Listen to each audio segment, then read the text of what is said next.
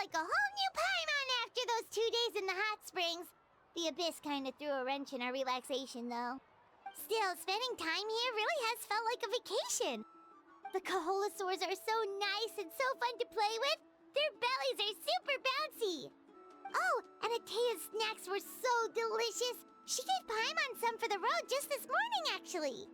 Yelling at some kids who got caught throwing stones in the hot springs, so not much has changed since we first met her. Hey, you guys. Sleep well last night? Yep, this area is so nice. Glad you like it. I was thinking of taking you guys out to do some sea fishing. Later tonight, we can eat whatever we catch. Fresh fish is absolutely delicious right off the grill. Hey, Mualani! Yeah? What do you need? The team sent out to fight in the Night Warden Wars has returned. And Kachina? Is she back as well? Kachina fell in battle. But don't worry, the team was victorious, so the rite of resurrection will be held in the stadium soon. That's a relief. The Abyss is cunning, and it was her first time. Mistakes are bound to happen. Exactly. She deserves to hold her head up high. All right, thanks for letting me know. We'll head out in a bit. Jeez, she sounded a little anxious there. Had me thinking it was bad news for a moment. Mualani, you said the Abyss was cunning just now, but it seems like the Abyss just wants to destroy everything. Like, think about all those monsters that attacked your tribe. If there really was some sort of cunning plan, wouldn't it make more sense to send them to attack Kachina and her small team? Not that Paimon wants them to be in any more danger, it's just... Relax, I get it.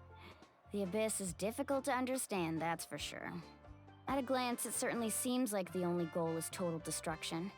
The Abyss isn't a living entity after all, so what capacity for logic or planning could it possibly possess? But through our long history of fighting the Abyss, we've realized things aren't quite so simple. 500 years ago, the Abyss invaded Teyvat. You know about that, right? That's right. Conria suffered greatly during that time, but so did every other nation in Teyvat. And Natlan was the worst affected of all. It took the combined efforts of the then Pyro Archon and heroes from every tribe to finally repel the Abyss. Even so, the effects of the invasion lingered for hundreds of years, only able to be reversed little by little. Our tribe's waters were contaminated. The Children of Echo's territory was overrun by dangerous sludge surging from underground. Unrelenting black winds tore across the lands of the Flower Feather clan. It was like each disaster was designed for a specific tribe. Exactly. We once thought that the Abyss's desire for destruction was a sort of primal instinct, but its methods are, in truth, marked by intelligence. We now believe the Abyss has invaded the Night Kingdom, and has the capacity to read the memories of this land at any given moment. And that's how it became so dangerous and cunning, almost like it knows you inside and out. Yes, and that's why we've been unable to fully eradicate it, even after all this time. Luckily, the problems left behind by the Abyss have been successfully addressed by the various Pyro Archons we've had over the years. Now every tribe is prospering and things are looking up. I mean, just look at what we managed to do a few days ago. We totally fought them off. You must have had to sacrifice a lot to get to this point. Every battle, every sacrifice is in pursuit of a future where we get to stop fighting. Responsibility, duty, unavoidable burden. Everyone in Natlan views the war differently. But I believe we will be rid of the Abyss one day, and the efforts of all who fought against them will become a story for the ages. To think that my name could survive in ballads passed down to future generations, it's kind of romantic. Everyone has something that drives them forward, you know? Be my guest. Heroes are always welcome in Natlan. Anyway, let's head to the stadium. Our fishing trip can wait until Kachina's back with us. The sea's not going anywhere.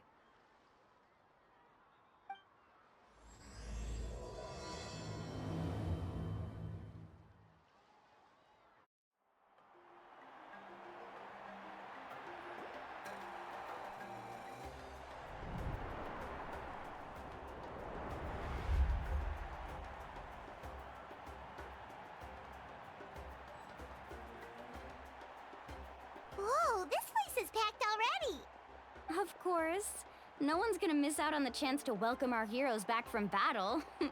It's their moment of glory. Kachina's gonna be so flustered. She's never had this many eyes on her before.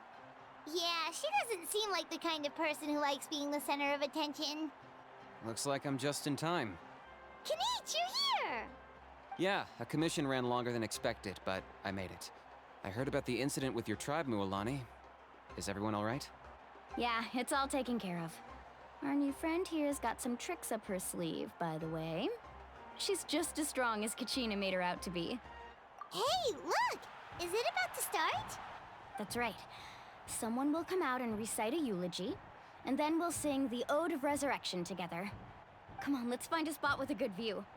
When the singing starts, just follow my lead and you'll be fine.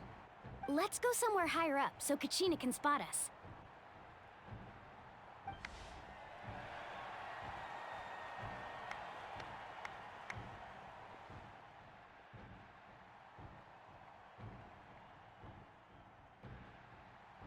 Warriors of Natlan, heed the call of life.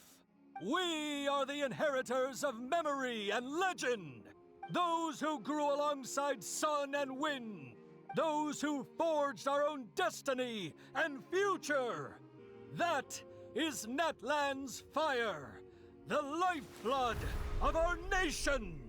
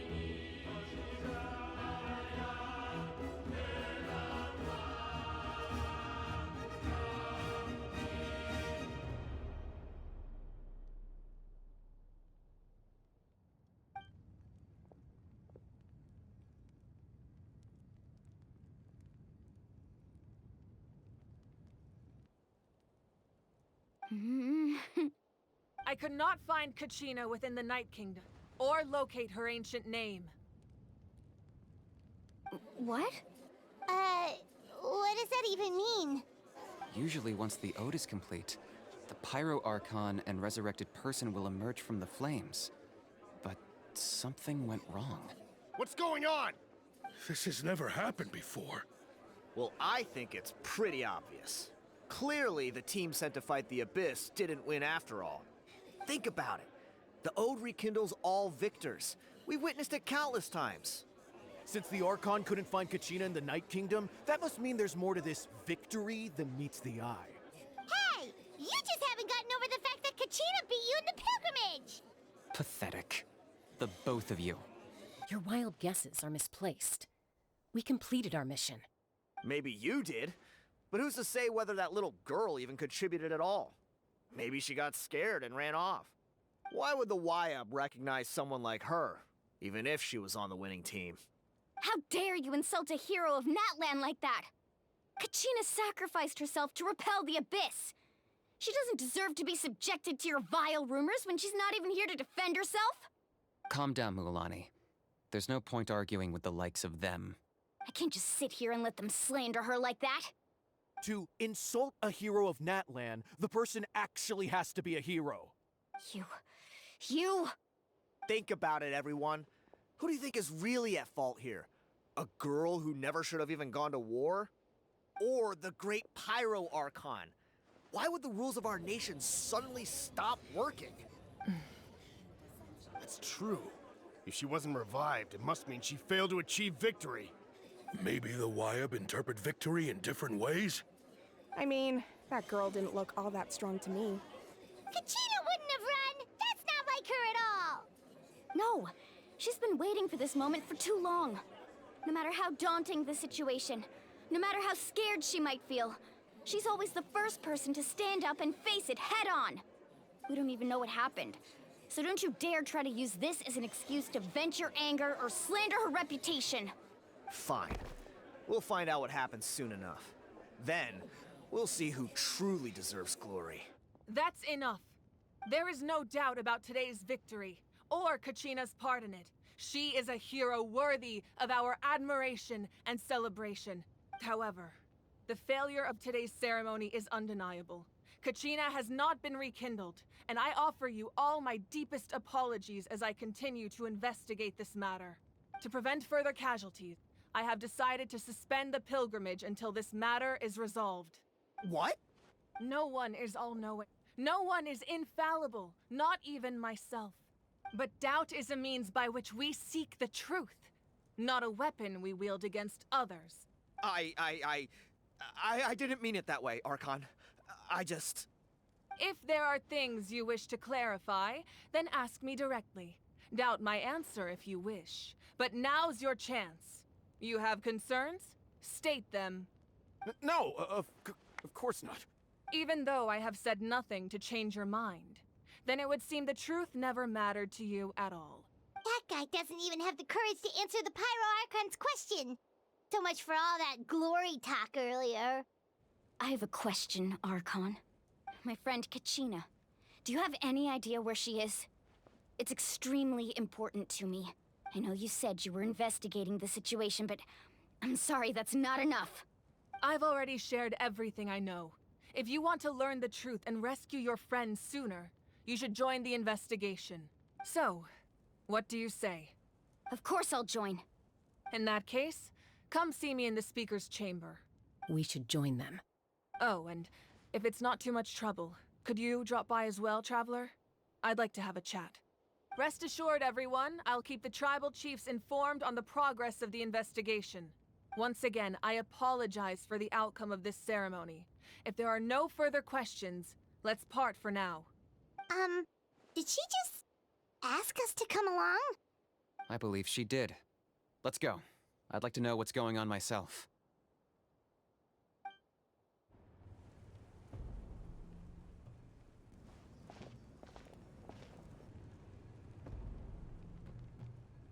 The situation is urgent, so I'll get straight to the point. Kachina is undoubtedly a hero of Natlan, and I'm deeply sorry this happened to her. There's been unrest in the Night Kingdom, but I don't know what's causing it.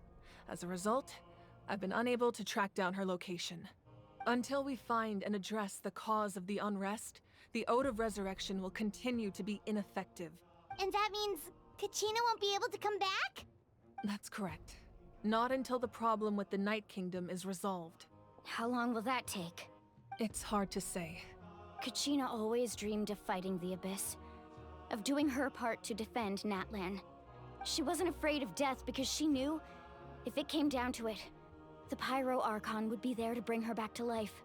Whenever we sat down together, exhausted from training, she would always hum the Ode of Resurrection. She was supposed to come back to us. We were supposed to hug her and celebrate with her and share her joy. We supported her every step of the way, but what are we supposed to do now? Sit peacefully and wait for her return?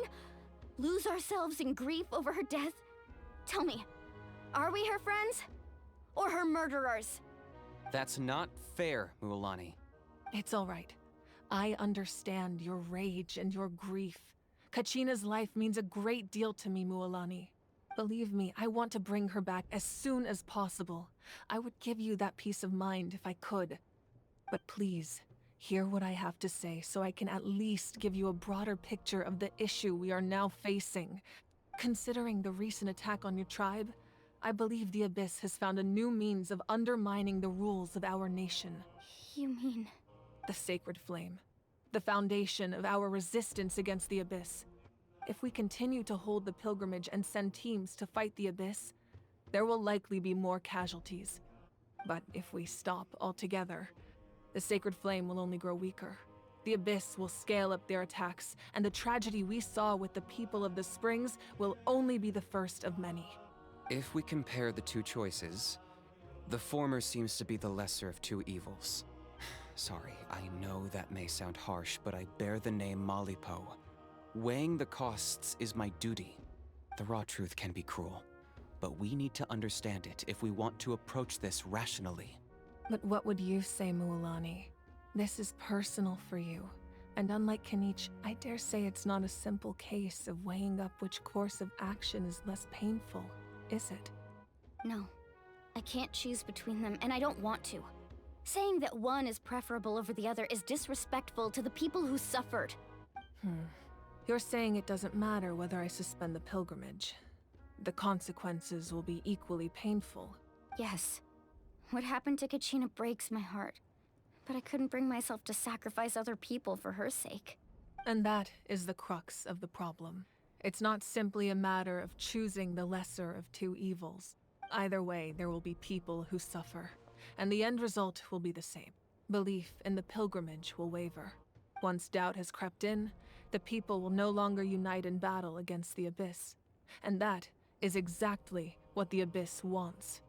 Their ultimate goal isn't to break the rules that make the Ode of Resurrection work. It's to destroy the people's faith in them. To prevent what happened to Kachina from happening to anyone else, we need to suspend the pilgrimage. So that is my current plan. And in the meantime, I've made efforts to strengthen each tribe's defenses. Then, we have to find another way of strengthening the sacred flame to keep the Abyss at bay. This won't be easy. I'll need time to figure out the best approach. I understand your anger, Mualani, but I hope that provided some clarity at least. Wow.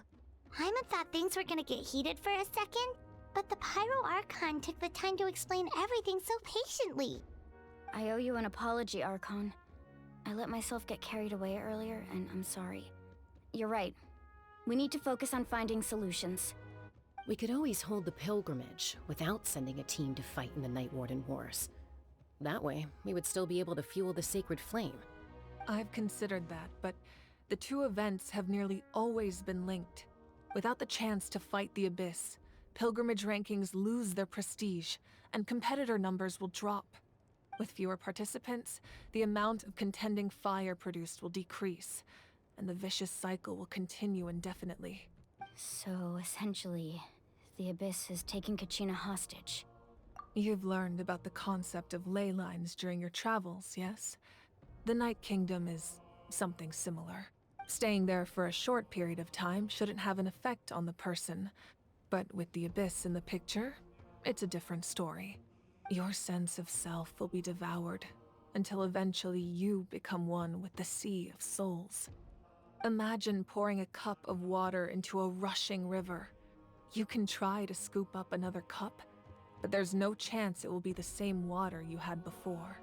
I won't sugarcoat it. That is the danger Kachina is currently facing. Just like you said, Archon. Both of these problems need to be addressed. You can focus all your efforts on dealing with the Sacred Flame. I will go search for Kachina. The Abyss poses the same threat to you as it does to her.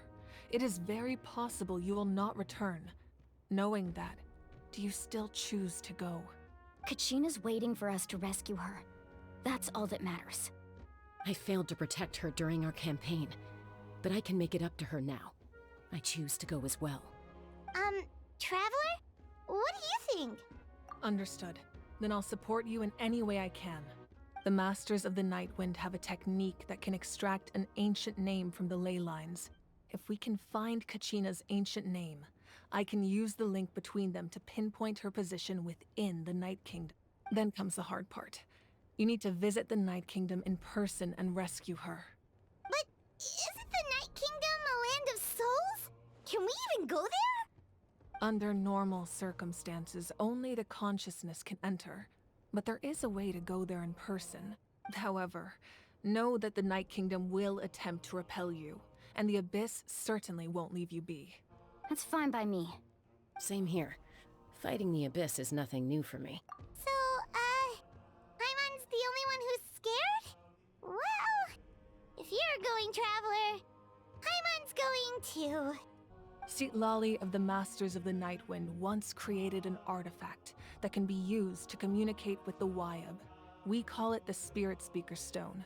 It was originally used as a ceremonial artifact wielded by the tribal chiefs, but that spiritual quality also means it can be used to search for an ancient name.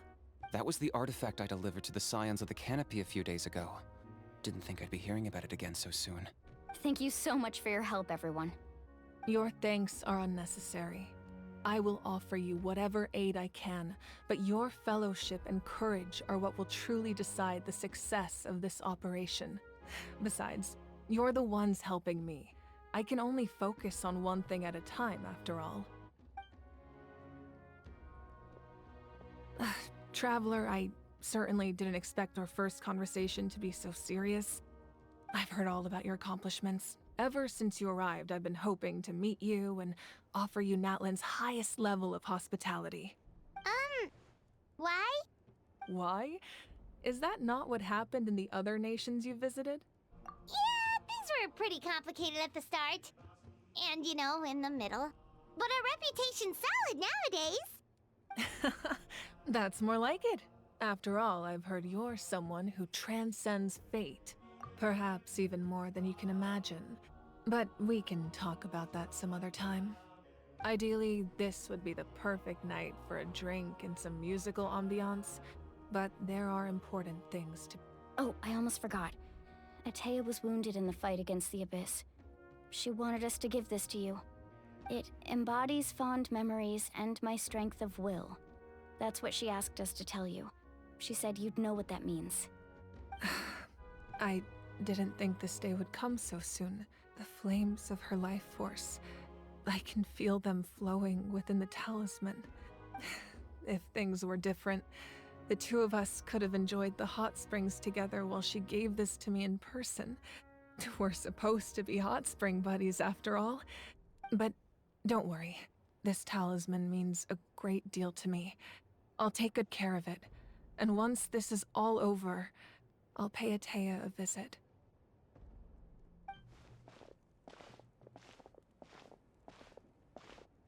You said you didn't want to jeopardize the production of Contending Fire, but that's not at all why you decided to suspend the pilgrimage, is it? You're right. Even now, the production of Contending Fire is far from sufficient. The gradual corrosion caused by the Abyss has resulted in a massive shortage of pyro energy, and we're currently at the breaking point. As things stand, the pilgrimage is a lost cause. Suspending it allows us to save our strength to defend the tribes. The Abyss has brought catastrophe to Natlan, and Kachina's disappearance in the Night Kingdom is a direct consequence of that. We can't let the general public know that. No. If the public learned that Natlan's destruction was close at hand, there would be immense panic. But if I said nothing at all, they would have continued to question the integrity of Natlan's heroes. Another simple choice. The latter was clearly the better solution, but you chose otherwise. I have never subscribed to the belief that the right choice is the one with the fewest sacrifices. Let's go. There's still a way for the sacred flame to last a little longer. You mean? Yes. Come with me.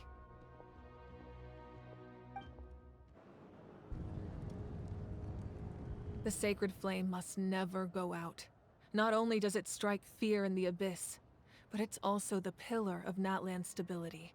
So until our heroes are ready, I will sacrifice my power to keep it burning. But that can only last so long. I think we should focus on the remaining ancient name-bearers. Don't let desperation cloud your judgment. Those chosen by the Wyab have already embarked on their destined path. It is for them to decide how that journey ends, not us. All we can do is support them. Even so, for you to make this sacrifice, it's not right. If not me, then who? No other is capable of sustaining the sacred flame. I possess great strength, but I'm not above my people. This is part of my duty.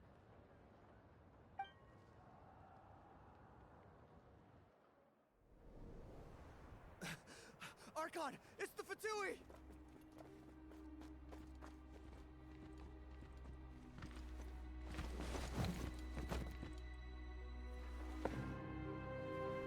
The Archon of Natlan. A force to be reckoned with. The secret of the ley lines is no secret to me. Long have they been destined for ruin. And since the oath made 5 centuries ago remains unfulfilled, what use is the Gnosis in your hands? I don't know what you mean. But it sounds like this is about more than the Tsaritsa. In times of crisis, someone must pick up the mantle of salvation. Your plan has reached an impasse, and now it falls to me to create new rules for Natlan. But before the dawn of a new age, the old must be destroyed.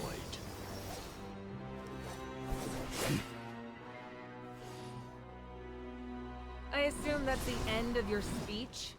Good. People like us. Let our blades do the talking!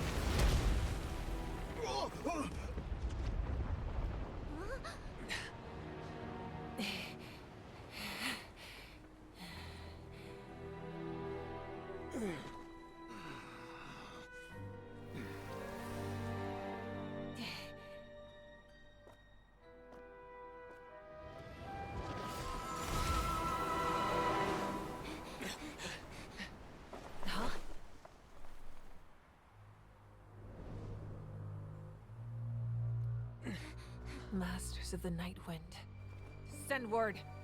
The captain and his followers must be apprehended.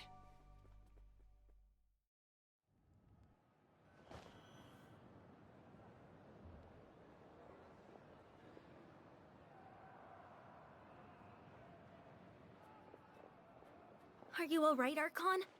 He was a formidable opponent. Exactly what I would expect from the first of the Fatui Harbingers. I never imagined someone could match you in combat. If the Tsaritsa sent him here, why would he bring up what happened 5 centuries ago? Yeah. And how much does he know about Natlan? The Harbingers are all driven by their own personal goals. The only purpose that unites them is collecting the Gnosis. But I'm sure the captain has his own reasons for being here as well. Whatever his motive, we should shift our focus to the Fatui. If they attack again, and we're not prepared, we're done for. No, we're running out of time. The wound I inflicted should hold him back and weaken him for the time being. Besides, I'm sure you noticed, the power that came to his rescue just now came from the Masters of the Night Wind. In other words, there are traitors among us. Not necessarily.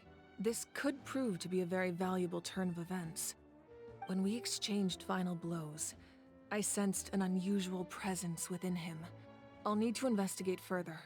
Kenichi, Go to the Masters of the Night Wind and look into who could have aided the captain. Speak to Seat Lali. She should know. Of course, I'll head out right now. Do you still intend to... Yes, but fear not.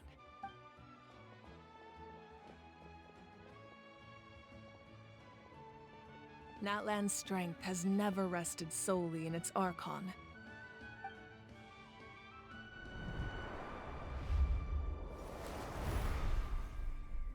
Together we foresaw the only path that leads to our nation's future. We must trust in that vision now.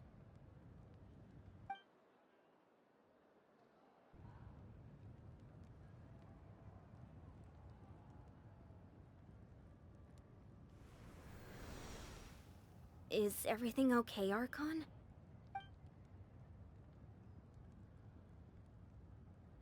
Completely fine.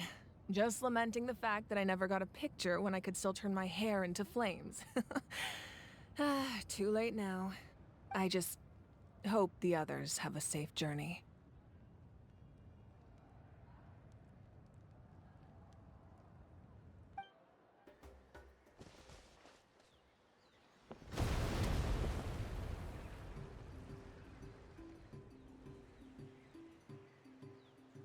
What's happening at the stadium? Did something explode? It feels like the Archon unleashed her power. She must be fighting a formidable opponent. Should we go back and check what's going on? Have faith in the Archon. She wouldn't lose in a one-on-one confrontation. Once we find Kachina's ancient name, we'll head right back. Okay, let's just keep climbing. Everyone really hopes nothing goes wrong.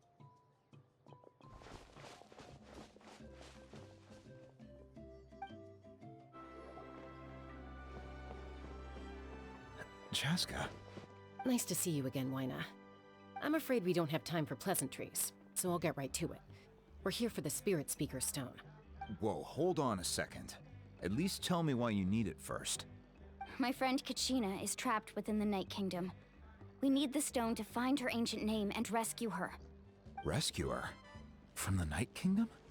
That's right. I'm sorry, but someone needs to tell you what you don't want to hear. Going there, a mature warrior would never make such a foolish decision. The nature of battle is unpredictable. You never know how it's going to end. Losing a friend is tragic, but when that happens, the best thing you can do is focus on how to prevent further casualties. I appreciate what you're trying to say, Chief Wyna. But if the price of maturity is abandoning a friend in need, I'll choose foolishness any day.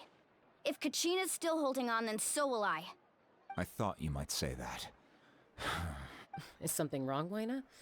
This doesn't seem like you. Life isn't complete without taking risks. That's always been your mantra. It's nothing. The Night Kingdom is a dangerous place. Can't blame me for checking if you were up to the task. If you're that determined, far be it from me to stop you. Here's the stone. Keep it safe, okay? It's not like we have a spare. Thank you. Huh. Seems like you two go way back. But aren't you from the Flower Feather clan, Chaska? Oh, Chaska's a peacekeeper, so she's famous throughout the tribes. She's always the one people call to resolve conflicts, so we slowly got to know each other that way. Her younger sister Quichi's always hanging around our tribe, too. She's helped us out a lot in the past. Oh, you have a younger sister? Yes, I'll introduce you to her sometime. But let's get back to business. Wyna, how do we use the stone? As you probably know, your intended destination is completely different from the real world. The Night Kingdom is like a river flowing with concepts, and the ancient name you seek is like a tiny fish swimming downstream. In that sense, the stone is like a fishing boat drifting down the river. But the boat alone isn't enough. You need a fisherman experienced enough to steer it in the right direction. We couldn't do that ourselves? With a little practice, I'm sure you could. You have the strength and the talent. If you want to make sure this works, though, I could recommend someone to you. Who?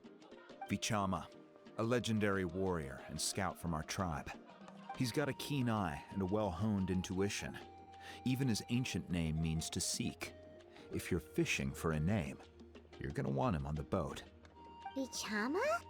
Why does that name sound familiar? He's one of Auntie Atea's hot spring buddies. I've heard stories about him. Where can we find him? Ever since Malco passed, he spends most of his time gazing out at the scenery from the cliff tops. Follow the path that way, and I'm sure you'll find him. Thank you. We'll go look for him there. Good luck. I hope everything goes well.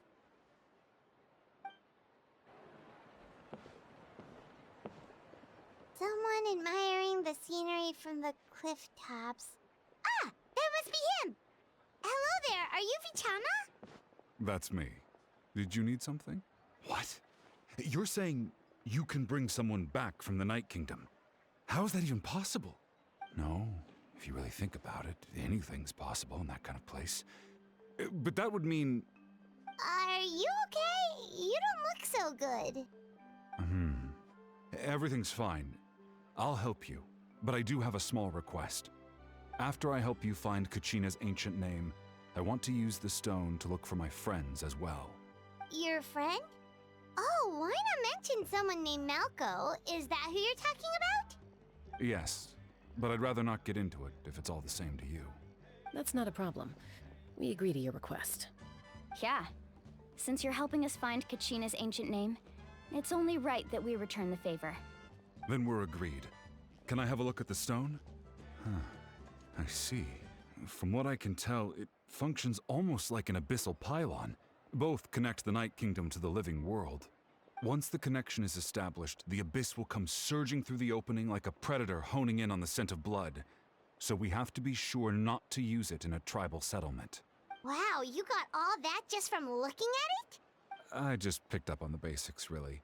I still have no idea why it works. You said someone named Lali invented this. They must be a genius. I'll go find an open area and start setting things up. In the meantime, I need you to get 2 things for me. We'll go right away. What do you need? First, I'll need some hook ropes. Pretty much every store around here carries them, so no need to go anywhere special. Oh, and I need to build a net out of them, so make sure you get a good amount. Wait, are you saying you're going to use a real net to catch Kachina's ancient name? How does that work when one's tangible and one's not? By creating something tangible in our world, like a net, we can create a connection to a corresponding concept in the Night Kingdom. Basically, I'm going to use the concept of a net to catch something equally intangible, an ancient name. Oh, I see. What about the second thing you needed? Right. I need 2 chunks of obsidian. Once we bring the ancient names into our world, we'll need a place to store them. Normally, you can only get obsidian from the Children of Echoes, but I heard there's a traveling merchant from that tribe around here somewhere, so maybe you can try your luck there. Gotcha! Alright, let's split up. See that clearing? Let's meet over there when you're done. Oh, and you can send someone with me if you want. In case you're worried I might take the stone for myself. What do you think, Chaska? There's no need. Lena spoke highly of you.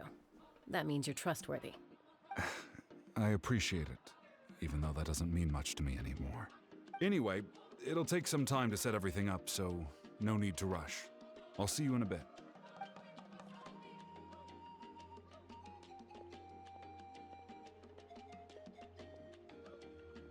What an odd guy.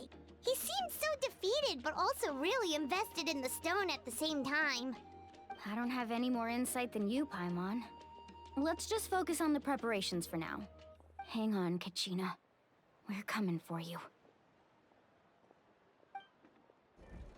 Hello. Do you have any hook ropes for sale? Hook ropes? As in rock climbing equipment? Yes. How much for your whole stock? Oh, the whole thing? Let me see. That would be 30,000 mora in total. Deal? Deal. Wait, really? What, you want me to drive down the price? We just need these as fast as possible. Thanks. Oh, no problem at all. I'll even pass along some information on the house. These ropes are usually used by rock climbing enthusiasts. If you want to learn, Roka's the person you want to ask. All right, that's everything. Here you go. Now we need the obsidian. Let's go talk to the traveling merchant Bichama mentioned. Excuse me, do you sell obsidian? Why, yes. I've got a chunk for sale right over there. Perfect. Is that the only one, though? We actually need two. That might be tough. Tell you what, I'll take a look through these boxes over here and we'll see what we can find. Thank you so much. We'll wait here. Relax. Everything's going according to plan. I know, it's just... I could tell Vichama feels the same way about his friend that I do about Kachina. I hope this chunk of obsidian isn't the only one. Kachina always carries all sorts of shiny stones with her. If I was the one trapped in the Night Kingdom, she'd have a whole pile of obsidian ready in a heartbeat. Well, would you look at that? I did bring an extra. Here you go, young lady. How does it look? Perfect! Thank you. How much do I owe you? If you hadn't shown up, these stones would have just sat here collecting dust. I'll take 3,000 mora for both. Here you go. By the way, I heard you mention Vichama just now. You running an errand for him, then? How's he doing? Malco's been gone for 5 years now. It's about time he started to move forward. Do you know what happened between them? I heard about it in passing while I was out drinking, but I don't know all the details. Vichama and Malco grew up together, and even made a name for themselves together. Malco was an amazing fighter, capable of knocking out multiple opponents in a single hit, while Vichama excelled at scouting and analyzing the battlefield.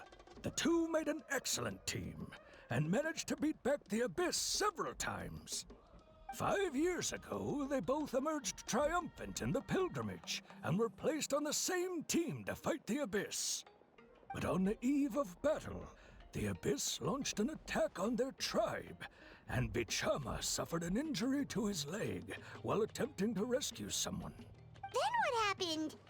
The team agreed that he couldn't fight the Abyss in his condition. Vichama didn't argue. He knew going to the front lines with an injured leg would make him a burden in battle. So they raised the issue with the Pyro Archon, and she agreed to let him stay behind. It's just... Malco and the others ended up facing hordes of abyssal monsters in numbers that far exceeded anyone's expectations. The team made an error in judgment, and they fell to the onslaught. Vichama went into a deep depression after that. He blames himself for everything. Oh, you're not wrong. But it's possible he chooses to blame himself. Not because he did something wrong, but because he wasn't able to do anything at all. I've tried convincing him to move forward, to stop dwelling on the past. But the shadow of Malco's death hangs over him still. The Abyss has caused so much suffering, and some wounds never heal. I wish there was something he could do to make himself feel better. But... anyway, that's the gist of it. Maybe you could help him talk things through sometime. I would really appreciate it. Did you get everything? Yep, it's all here. When do we start? I've made all the necessary adjustments, so we're good to go. As agreed, I'll help you find Kachina's ancient name, and then you return the favor. Go ahead. Yes. After Malco fell, I scoured the battlefield to see what happened. It turned out he wasn't bested by some impossibly powerful foe. He was dragged to his grave by the sheer number of enemies. If I had been there, I would have been able to sense the danger. I could have warned them not to advance. I've always blamed myself for what happened. But when you told me about Kachina, I realized there's a chance Malco might also be alive, fighting for survival in the Night Kingdom. But that happened several years ago, right? The Pyro Archon said all life within the Night Kingdom eventually becomes one with the Sea of Souls. There might not be much hope, but I still have to try. Malco and I promised each other, even if we never managed to root out the Abyss for good, we would fight together until the end. All right, let's get to it.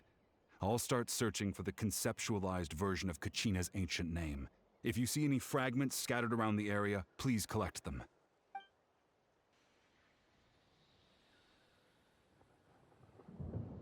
Make sure you prepare yourselves for battle.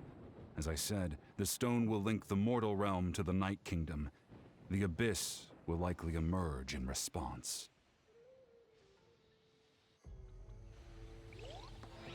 Look at that golden thing. It must be one of those fragments Vichama mentioned. Let's get closer.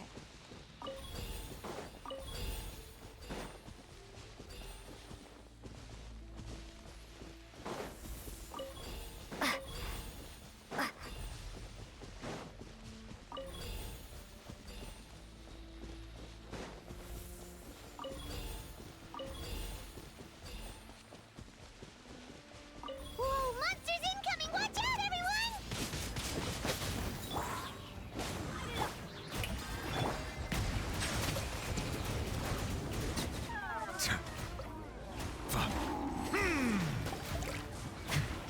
Let the mighty be humbled!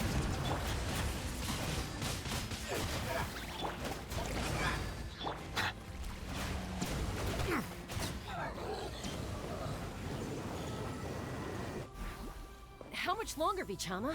Not long! We're getting close!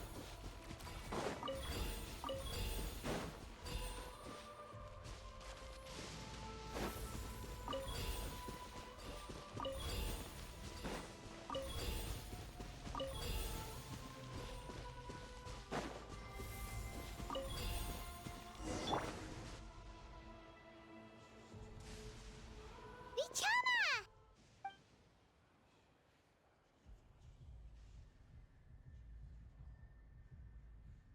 Quick! Take it! I found Kachina's ancient name. Hang in there, Malko. Just a little longer. Something's not right. The power of the Abyss is getting stronger. The Abyss is corroding his body.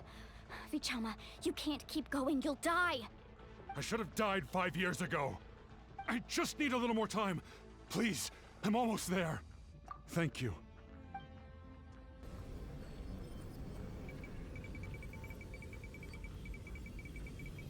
Whoa, watch out!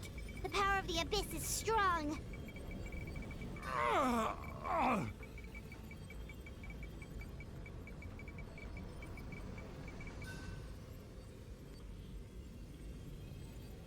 This power. Hanging in there?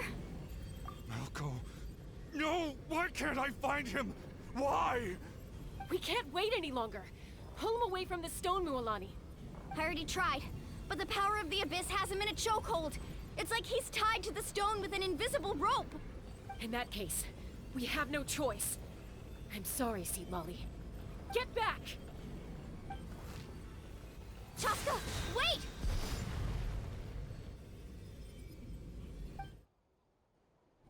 Ouch! What happened just now? It looked like the Spirit Speaker's stone was... The stone's power was spiraling out of control. The only way to stop it was to destroy it. You were all caught in the shockwave of the explosion. You might feel dizzy for a while, but that's normal. Give us a heads up next time, will you? You're lucky we managed to dodge it in time. I thought I said to get back. Yeah, barely a second before you made it go poof. Not everyone has your reflexes, Chaska. We were this close to getting dragged into the explosion. Okay, I'll be more careful next time. At least Kachina's ancient name is still in one piece. Wait, where's Vichama? Vichama! Vichama! I couldn't find Malko's ancient name. It must be completely gone by now. Once your ancient name disappears, there's no coming back. From the very beginning, I knew there was a slim chance, but still. And now... it's too late to save him. From the minute he left that day, it was already too late. Vichama. I'm sure he's heard enough condolences over the years. Let's just give him some space. Huh? What's that in your hands, Vichama? It looks like something's glowing. Huh? This is...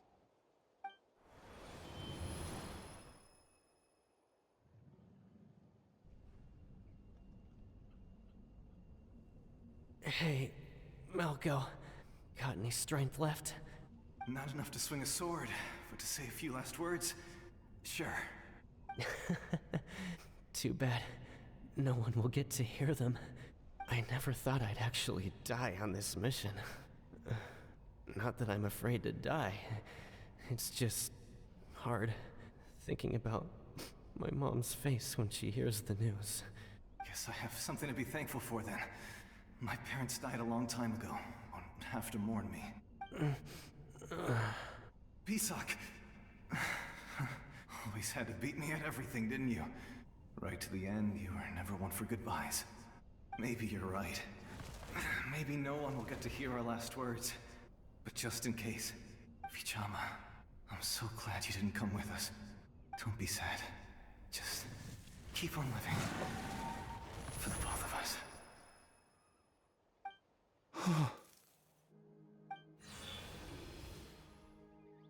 Was that a memory? Seems like we were able to salvage something after all. Of course. Seeing him, hearing his voice again, it makes me unbelievably happy. But it also brings with it an even deeper pain. A deeper pain? Why? Malko was always the type to put on a brave face. But in that memory just now, his hands were shaking, and his smile was forced. For all these years, I regretted not being able to fight alongside him to the end. And now I know, at the end of his life, he was thinking the same thing. Vichama. I'm fine. Actually, I heard Chief Wyna wasn't really on board with your plan to go to the Night Kingdom. When you asked for my help, I hesitated too. I knew helping you find your friend's ancient name meant leading you one step closer to danger. But I also understood why you had to try. Everyone has regrets in life, but not everyone gets the chance to make up for them. Once allowed to fester, guilt strips us of our most valuable qualities as warriors. In that sense, we might as well choose the braver path from the very beginning. If I could do it all over again, I would have followed Malko to the front lines no matter what. Even with an injured leg, there were still things I could have done. That way, even if the outcome stayed the same, I still would have fought alongside him to the end. There are critical junctures in life, and if you don't seize the chance to act, there's no going back. That's something I had to learn in hindsight, but you're still at the crossroads of your journey, so I hope you can walk away without regrets. Thank you, Vichama. I feel even more determined now. Kachina will come back to us. I'll make sure of it. I promised I would find her, and I intend to keep that promise. That's good to hear. Strange. My body, it's... Once abyssal corrosion enters the body, a portion will fuse itself to your internal organs. Even though the Traveler possesses powers of purification, the corrosion can never be fully eradicated. Thanks to her, though, you are only briefly exposed. Slowing your breathing and controlling your emotions should help you keep the symptoms in check. Huh. That does make me feel better. You seem very knowledgeable about all this. Just speaking from experience, that's all. Anyway, we've recovered Kachina's ancient name, so we're off to a great start. Let's get Vichama back to his tribe and tell Wyna the good news. Oh, and apologize for destroying the Spirit Speaker Stone. We had no choice, though, so he'll probably understand. Right?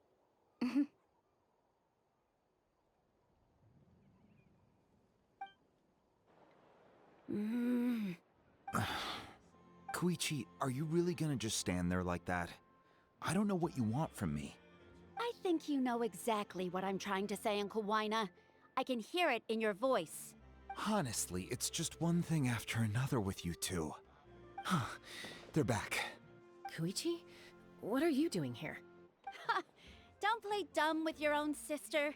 You know exactly why I'm here. My apologies, everyone. I just need to borrow Tosca for a few minutes. You come with me.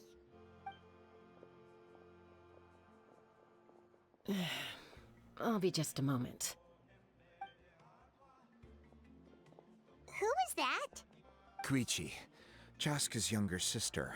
Although the two aren't actually related by blood, it's kind of a long story. It's not really my story to tell, but I guess it's not a secret. You see, Chaska was actually raised by cuckoo sores. She was afflicted with a rare disease when she was a child, and abandoned in the wild as a result. The Abyss found her out there, all on her own, and tried to devour her. But in the end, all that did was trigger her will to live. That strength of will pushed her to survive, but it also planted a seed of conflict within her. Eventually, she was adopted by the cuckoo source. Wherever they went, she followed, getting into fights right and left. For some reason, Paimon can totally imagine that. Well, when Chaska finally returned to human society, it was Koichi's parents who adopted her. At the time, Chaska still had a habit of getting into fights, so Koichi was always taking her around, apologizing to everyone. Ah, I remember those days. One of those fights was definitely with me. But, you know, kids. You're fighting one minute and your friend's the next. Eventually, she found a way to rein in that desire to fight. And now she's who people call to resolve conflicts. She's known as the Peacemaker. It sounds like she still argues with Koichi, though. Don't siblings usually stop fighting when they get older? That's partly my fault. Koichi asked me to stop Chaska from doing anything dangerous, but you probably know by now, once Chaska makes up her mind, there's no changing it. Oh, I get it. No wonder you tried to talk us out of going to the Night Kingdom. Chaska even said that wasn't like you. I'm all for your adventure. You need to take risks when you're young, because by the time you're my age, you couldn't attempt something like that even if you wanted to. Better try now than live with regrets later. That's what I say. Still, I can understand where Koichi's coming from. In the end, nobody wants to sit back and let a loved one put their life on the line.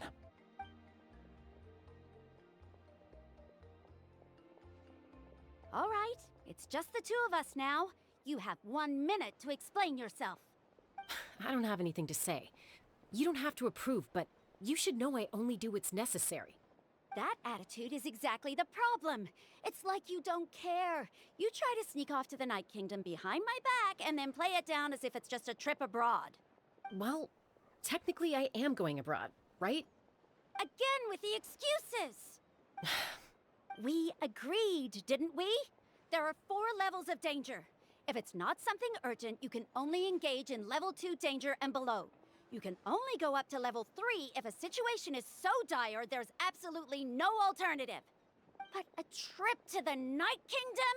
If that's not a level 4, I don't know what is. And you were just going to sneak into the place without saying anything. What do you mean, sneak into the place? I always planned on walking in there with my head held high. You bought off Uncle Wina, didn't you? He promised me he'd stop you from doing anything dangerous. Oh, it's like he didn't even try. You feel like he went back on his word. What if I told you my mind was made up, and there was nothing he could have done? Not even by force. Oh, I knew it! So he did try to say something, but you didn't listen. This is important. If you were in my shoes, you'd make the same decision. You don't know that? I'm a doctor, and I handle logistics. If you're going to waltz into a dangerous situation where you could lose control at any moment, it's my duty to say something. All right, whatever. Anything else? What do you mean, anything else? Why don't you reflect on what you've done and promise me you'll stay put?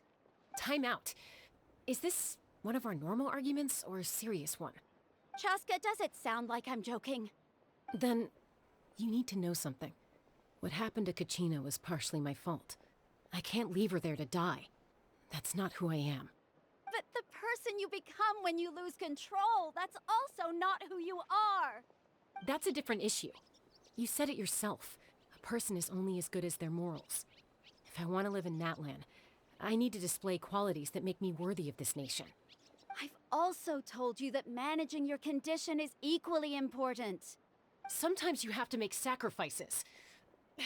All right, let's stop this here. If we keep going, I might actually have to get serious.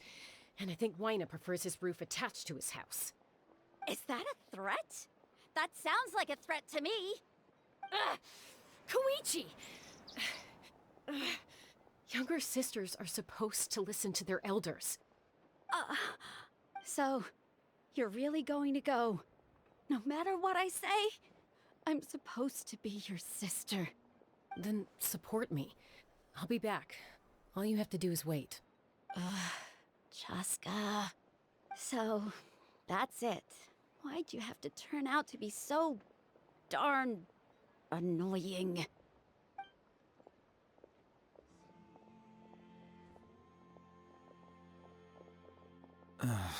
You two are something else. Something you wanted to say? I know you aren't related by blood, but you two sure are similar. Really?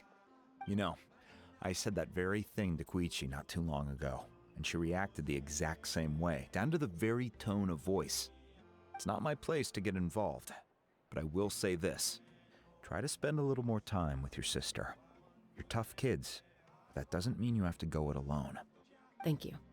Anytime. All right. If you're done with the Spirit Speaker Stone, you might as well hand it over. According to Kinich, it's an important ceremonial artifact, so it'd be safer to keep it with me. About that. If only Tone Gift Bard was here, he could have repaired it just like the Holy Liar. It might be in a few more pieces than you remember. Huh? I see. Sounds like it was an urgent situation. If someone's life was on the line, then you had no choice. Still, Citlali's going to be a nightmare to deal with now that you've broken her stuff. I'll explain everything to her later. Stay safe out there in the Night Kingdom, okay? I'll wait here for your safe return.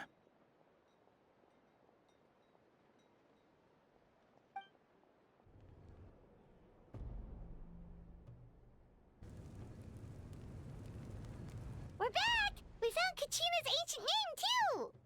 Well, it's fairly complicated. Let me give you the condensed version. The Fatui again? We can't go anywhere without them causing trouble. But what if the Fatui finds out you've lost your power? Won't they try to take advantage of the situation? That's why it has to be our little secret. No one else can know, or we're asking for trouble.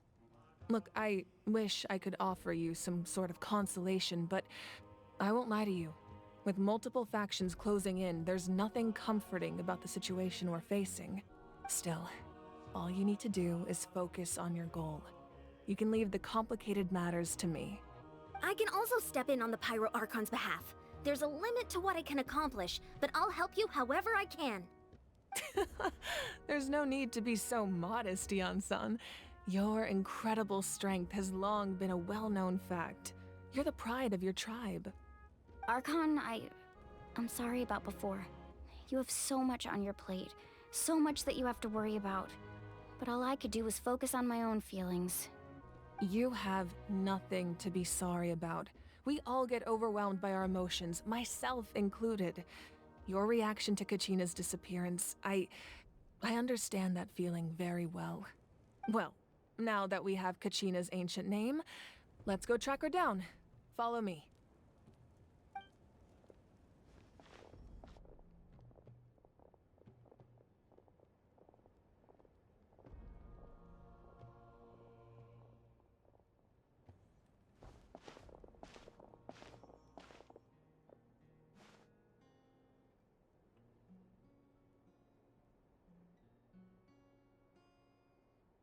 What is this place? Hey, isn't that Atea's talisman? Good eye. This is where I store all the various mementos I've collected. Whoa, I've never seen this place before. There's so many things in here. It looks like there are items from every tribe. Collecting them must have taken a lot of effort. I suppose you could think of it as a hobby of sorts. In Natlan, everyone grows up listening to the stories of heroes, and physical items do a far better job of preserving those stories than our own memory. Now, I still have some preparations to make for the ceremony, so feel free to take a look around in the meantime. If you're curious about an item, I'm more than willing to tell you about its origins. All right, we'll have a look. Whoa, that belt is bigger than Paimon's head! The Collective of Plenty are known for their bodybuilding competitions and contests of strength. This belt is a symbol of great honor within the tribe. The association with strength might also have been the reason the original belt was extremely heavy. It was difficult for even 2 people to lift. And even if a warrior had the strength to put it on, wearing it for any length of time would still leave them gasping for breath. Sounds like it. So the owner of the original belt, Kitera, commissioned a craftsman to make a copy identical in appearance but far lighter in weight. That is the belt you see before you. He would often wear this version when training in order to protect his waist. Or he made a lighter version so he could wear it all the time and show it off.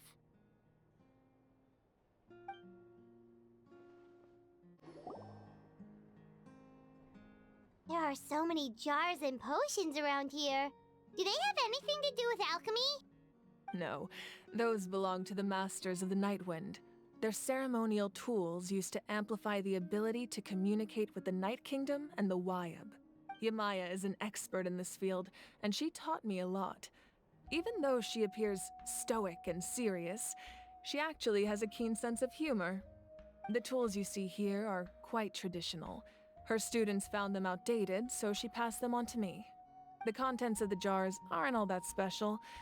Oh, except the big jar in the middle. That's what she really wanted to give me. Ooh, must be something really cool. What's inside? Grape juice. Huh? It's quite tasty, although probably expired by now. Hey, there's a fishing rod here.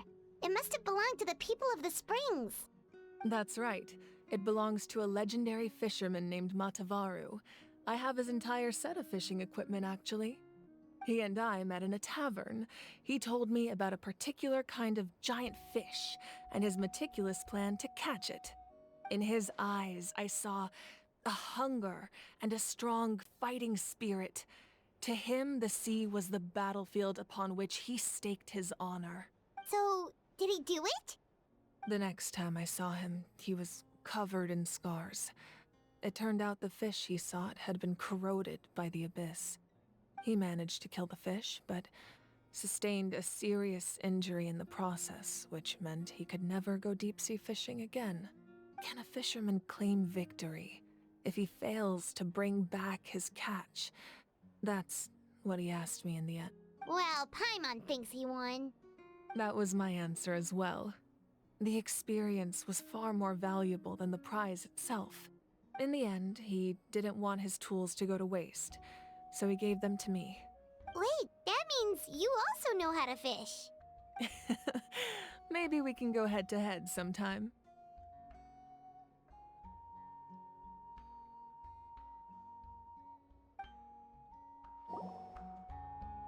This is Atea's talisman. I'm sure you're familiar with this one already. Atea was rarely ever without it. The talisman brought her a lot of luck in battle. The powder still needs some time to settle, so let's wait a little longer. Well, what do you think of my collection? Do you feel like you have a better understanding of Natlan's culture now? Yeah, if each item represents a different story, seems like Natlan's really been through a lot. Does every item hold a special memory, just like Atea's talisman? That's right.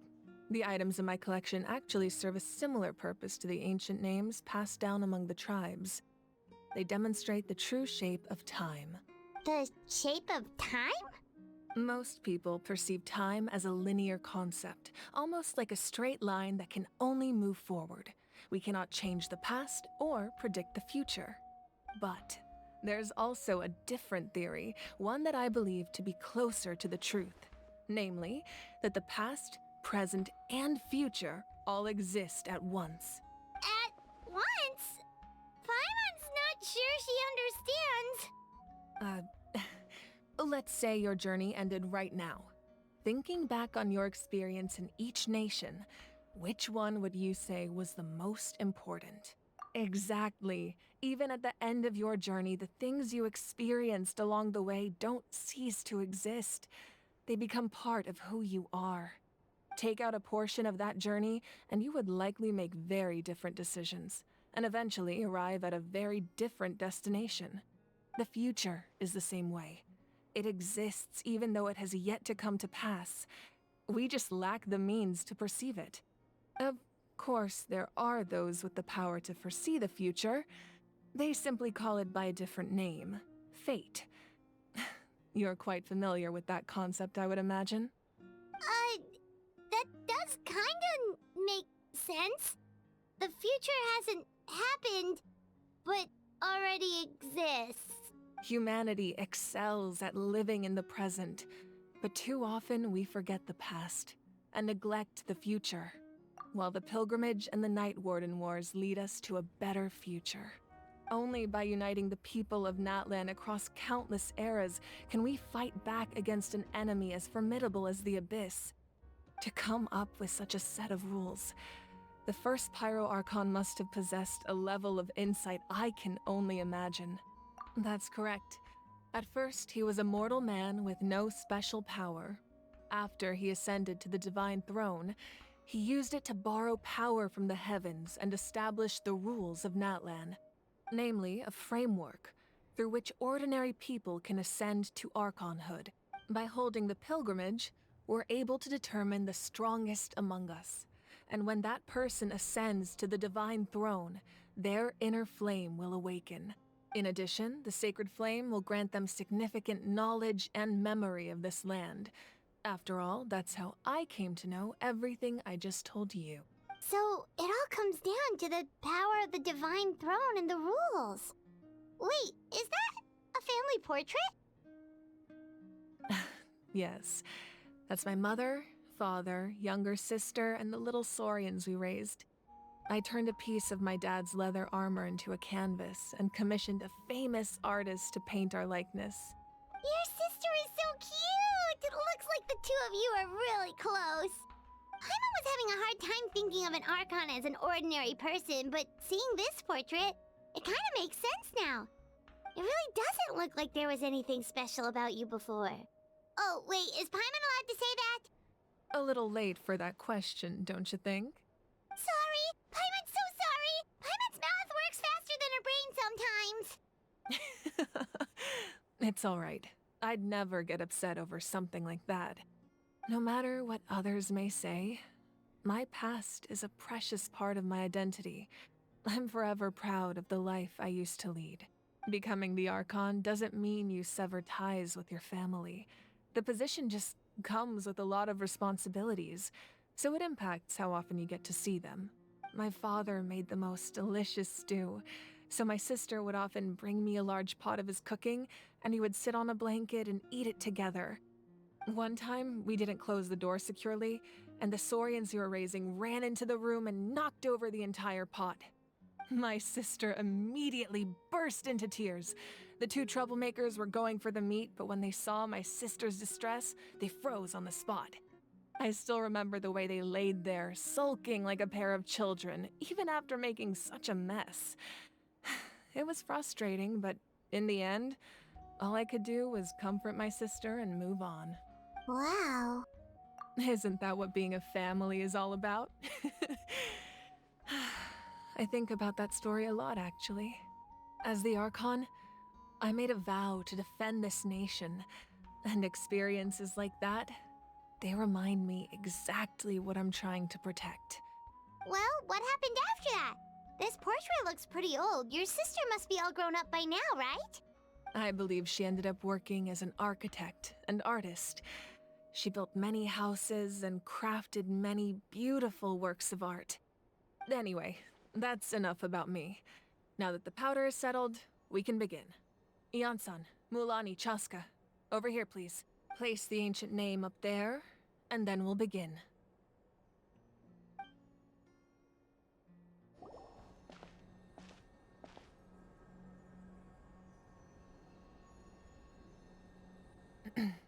Surely as the echoes of life resound through heaven and earth, so too shall our stories remain eternal. Ancient name, take us to your fated bearer.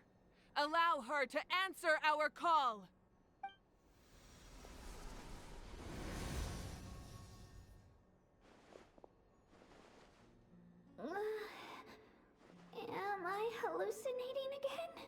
Kachina! Are you okay? Huh? I'm not seeing things, am I? Is the Abyss playing tricks on me again? It's okay, Kachina. It's just us. We're trying to find a way to bring you back. Everyone, you have to listen to me. I've been investigating the Night Kingdom this entire time, and I figured out what's wrong. The YUB is being affected by the Abyss. I was waiting for the YUB to send me back, but then this really strong monster came in and it almost killed me. The YUB saved me, even though its power is weakening, so I've been hiding from the monsters while trying to find a way to help. The Night Kingdom has become a huge mess, though. I keep hearing these awful sounds and seeing really horrible things. Don't listen to those sounds, Kachina. The Abyss is trying to strip you of your sanity. All you need to do is stay safe and wait for us. We'll be there shortly. It's okay. I feel so much better now that I've had the chance to talk to you guys. You don't need to worry about me. I've never been strong or special at all, really. So I don't blame anyone for forgetting about me or leaving me behind. Just knowing you care is more than enough. I'll find a way back. You don't have to put yourselves in danger to come rescue me. You're always like this, Kachina. Now's not the time to act tough. We're coming for you, and that's final. I don't know what lies the Abyss has been feeding you, but I'll tell you something right now. Nobody here sees you as a burden. You're a victor of the Night Warden Wars, a hero of Natlan. All you need to do is wait for us to rescue you, and you'll get all the applause and recognition you deserve.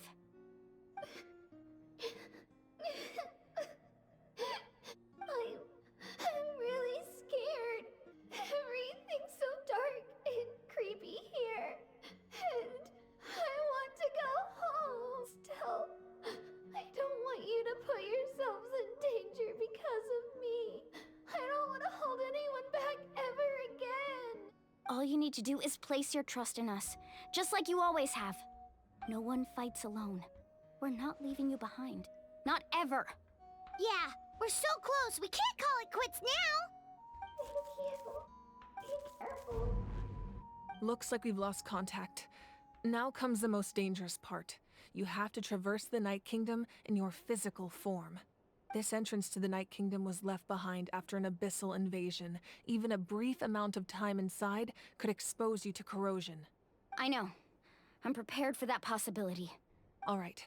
Then I wish you all the best. I'll tell Koichi to be ready just in case. She's very experienced in dealing with abyssal corruption. That face you just made. Don't tell me you two got into another argument. No, I just feel bad for creating more work for her. I'll go with them too, Archon. The more people, the stronger the party. Thank you so much for your help, everyone. It really means a lot that you're willing to brave these dangers with me.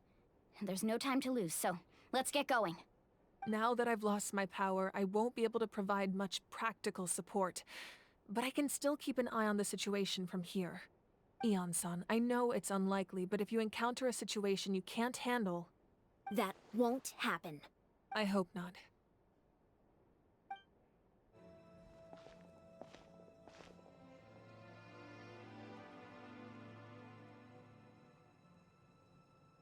So we're underneath Natlan right now?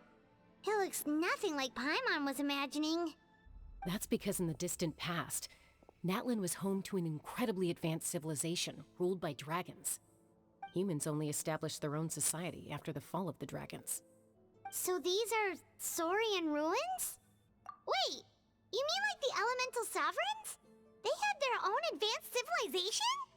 Yes, a really long time ago. Very few records have survived until now, so no one really knows what the devices here are for. These ruins have been abandoned for a long time, but with the recent increase in Abyss activity, the installations around here have somehow been activated again. So what you're saying is, we're not in for an easy trip to the Night Kingdom. No, it's going to be obstacle after obstacle from here on out. Why are you all laughing like that? It's creeping Paimon out. It's the pre-adventure excitement kicking in, right guys? Of course. I'm eager to get started. Then let's go. We won't let anything stand in our way.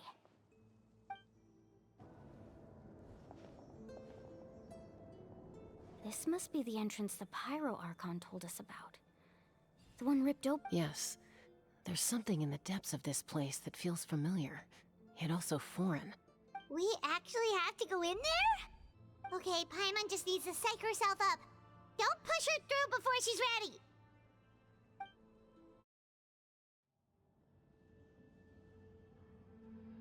Hey! You don't have to drag Paimon! You're pulling too hard! Looks like we made it. This is the Night Kingdom.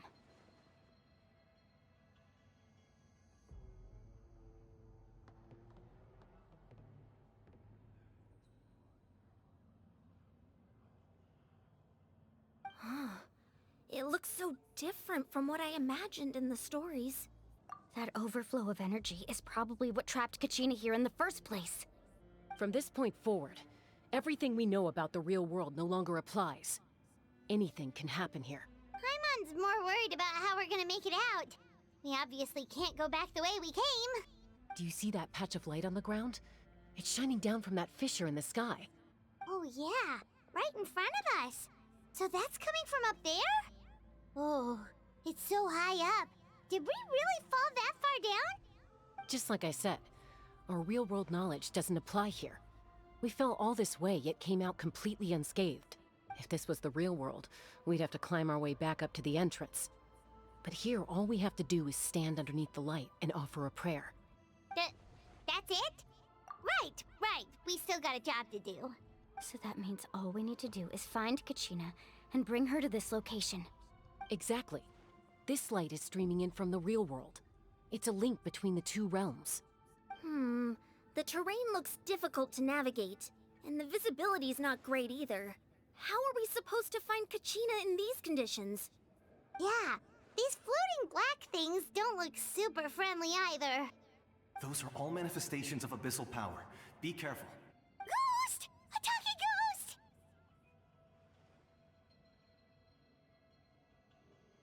Calm down, I'm here to help.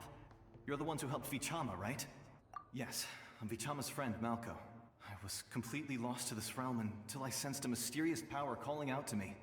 It's like it was seeking me out, attempting to reassemble the pieces of who I used to be. Of course, it could only do so much. I'm sorry I can only appear before you in this imperfect form. No, we should be the ones apologizing. If the Spirit Speaker's stone hadn't become corrupted by the Abyss, we could have done much more. But we had to destroy it. Otherwise, Vichama and his tribe would have been in danger. Of course. Thank you for protecting him. I never imagined that, even after all these years, he'd still take such a risk for me. Under the power of the stone, it felt like our souls were connected. Turns out even our regrets were exactly the same. Whether in triumph or death, you want your best friend by your side. Exactly. That may not be in the cards for us, but it's not too late for you. You're looking for a young girl from the Children of Echoes, right? She's being chased by an embodiment of abyssal power. I'd like to help her while I'm still in this form, so follow me. Be careful. This place has been severely corroded by the Abyss.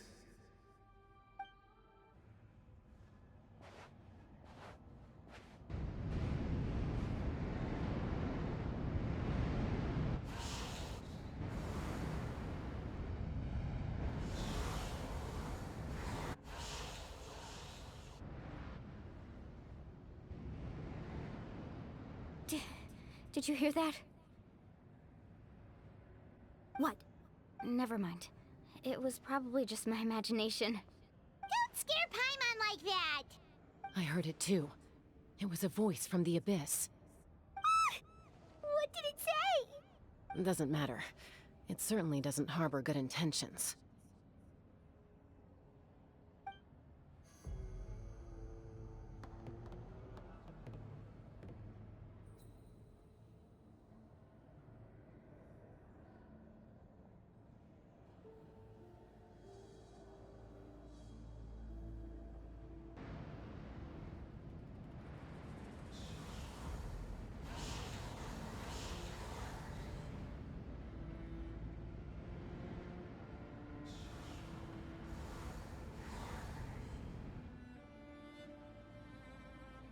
We're here, Kachina! Oh, honey, you made it! Looks like our reunion will have to wait until we take care of these monsters. Good idea. Let's go! You're here. You're finally here! Thank you so much! That monster can appear from anywhere. It almost caught me a bunch of times. The YF's power helped keep me hidden, so I just tried to stay out of sight until you got here. Atta girl. You did so well. And most importantly, you weren't hurt. Should we start heading back then? Actually, I have a request. Will you come visit the YF with me? I can't exactly put it into words, but something's wrong with the Ode of Resurrection. And I know it has something to do with the contamination from the Abyss. That was the Pyro Archon's theory as well. Everything we've seen here certainly seems to back it up. In the Night Kingdom, there are 6 main totem poles representing the Wyab of each tribe. You can think of them like the body of each Wyab. Additional totem poles, like the ones around here, serve as proxies to which the Wyab can extend their consciousness. There are countless proxies scattered around the Night Kingdom. Through them, the Wyab can extend their consciousness over the entire realm and track down souls no matter where they roam. But if a proxy were to become severely contaminated, then a soul could become lost within the Night Kingdom. Judging by the current situation, I don't think we're dealing with just one contaminated proxy. Even if we could drive back the abyssal power from one of them, that probably wouldn't even put a dent in the problem. Still, we can't just leave the YF to suffer. It's protected me this whole time. I agree. We might even manage to draw out the monster that's been hunting Kachina. Getting rid of the monster might slow down the deterioration of the Night Kingdom. Kachina? What's wrong? Nothing. Just a headache. And that voice again, telling me to abandon the YF and leave this place. Maybe we really should leave. Kachina's already been here for too long. No, I'm fine. I don't plan on listening to that nonsense. I can hold on. Just up ahead. I'll lead the way. Besides, I can still fight, so please, help me out a little longer. Listen to me, Kachina. We'll come with you, but that's because we want to help the YUB. Not because we have something to prove. You don't have anything to prove either. It's okay if you reach your limit. We'll be there for you. All right. The sooner we get this done, the better. We've already come all this way, so we might as well try to get to the bottom of this. Let's go.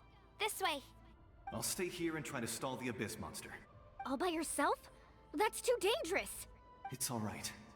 I may not be as strong as that monster, but I'm definitely more familiar with the area. Besides, I don't have much time left. If you're anything like my friend, I'm sure you're not particularly fond of goodbyes. So go. Achieve your goal, and return to the world where you belong. Thank you for everything. You're a true hero.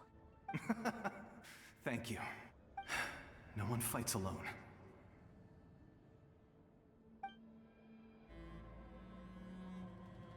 YUB? YUB! I'm back! My friends and I are here to heal you. YUB, can you hear me? YUB? So we were right. The contamination is already too severe. It's preventing the YUB from answering our calls. Alright, get ready everyone. Time to purge the abyssal energy from this place. Careful. We've got company. Already? You really think that puny soul could slow me down? Courage in the face of futility is pure folly. He tried to get in my way, so I disposed of him. You killed Malcolm? He would have dispersed with or without me. Rather than worrying about him, I would urge you to focus on yourself. You may have defeated others of my kind in the past, but underestimate me now, and it will be to your peril. No, the power of the Abyss is intoxicating. The destruction it seeks captivates like a masterful work of art. I strive only for the opportunity to see it up close. I thought this naive little girl was an exception, but it turns out humanity is full of lambs willing to offer themselves up to the slaughter. That is the tragedy of your short lives. You understand nothing of all-encompassing power. Ancient names, pride, friendship, all empty ideas invented to give you a false sense of self-worth. They possess no power at all. The Pyro Archon created those grandiose ideals out of pure selfishness. Anything to avoid sharing power. Anything to avoid handing over the primordial gift to ordinary people like you. Don't believe me? Then ask yourself, why is the Pyro Archon strong beyond measure, while you, Kachina, remain so pathetically weak? Kachina, give me your hand.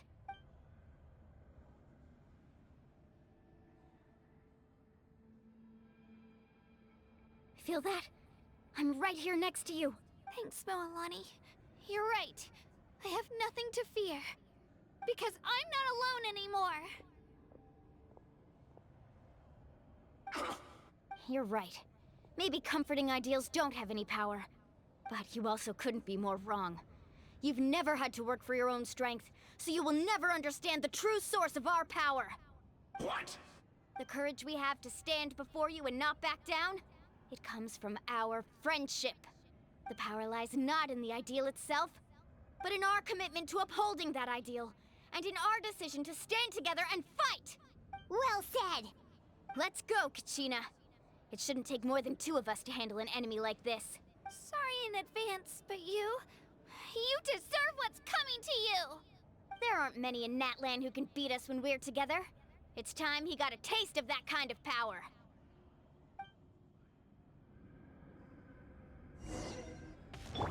From the ashes! Drilling down! Power of flame! Carving waves!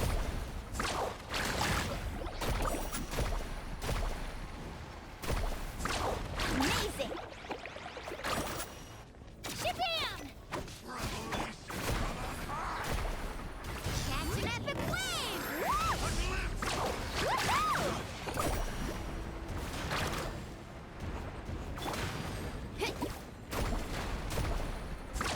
Amazing!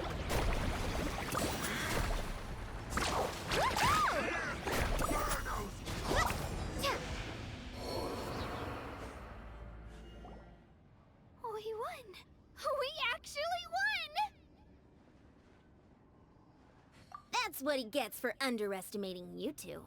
Fantastic work, Kachina! Absolutely fantastic! This makes me so unbelievably happy. I'm happy too, Moalani. Together we really are unstoppable! Huh? What's happening?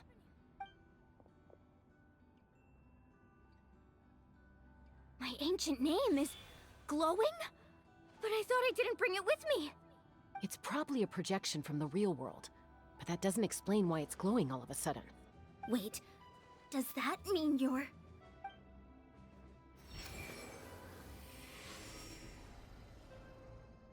That was a bold move, diving headfirst into the fire to save your friend, especially in a place so overrun with abyssal corruption. Still, seeing you pull it off was really something. Everything you said was exactly right. As isolated individuals, we stand no chance against the power of the Abyss.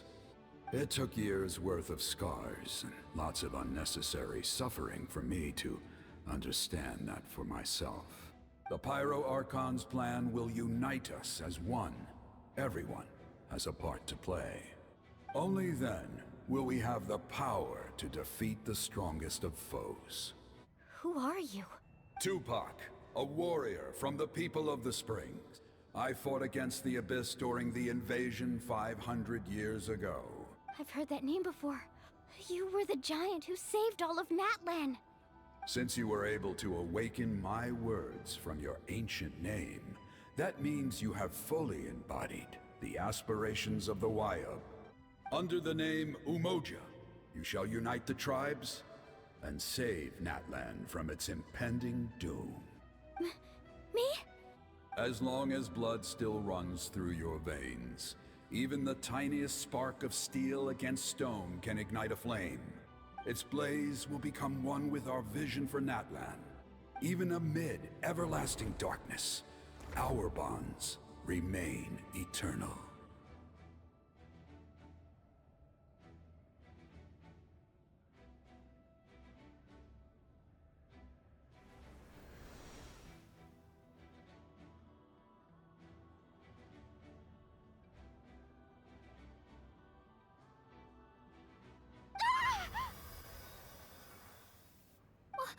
What's wrong, Moalani?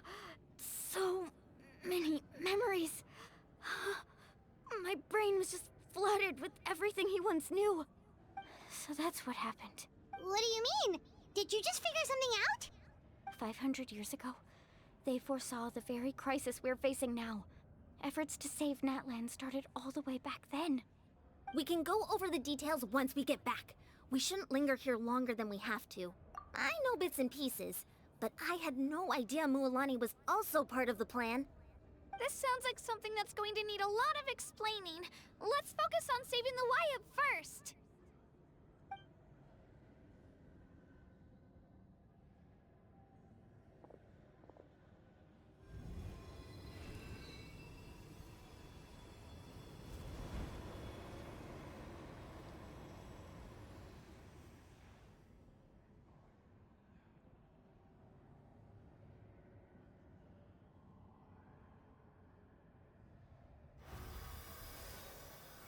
Okay, that should be enough. Wyatt, can you hear me? I hear your voice, Kachina, my dear child. Great. Well then, I'm afraid it's time to say goodbye. I just wanted to make sure you were okay before we leave, but we can't afford to stay here any longer. I was going to ask why you bestowed an ancient name upon someone like me, but it's okay. I'll keep searching within myself for the answer. I'll never stop trying to improve my strength. One day, I'll live up to the hero you saw in me. You are already an outstanding child in my eyes, Kachina, no matter what happens. Huh? You are all my most beloved children. It has always been my honor to protect and nurture you. Your ancient name is just that. A name. Much like your parents chose to name you Kachina, I also gave you a name, but it need not define you. Focus on who you want to be. You are already worthy of your name. Now, you need only devote yourself to becoming a better you. The story of your ancient name is for you to continue. Just like your parents, my love for you will never change. No matter what the future holds. Thank you, Wyatt. It gladdens me to see the Pyro Archon's plan move another step towards completion. But it is time for you. Go now, my children. Save Natlan on behalf of all you hold dear. I know we've never met before, Wyatt, but I just wanted to say thank you for encouraging Kachina. It was exactly what she needed. Whoa! What's going on? An earthquake? We're out of time. It's the power of the Abyss. Quick, we need to run!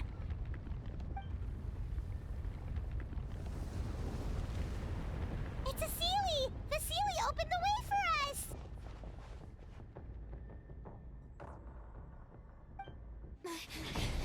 Come on, faster!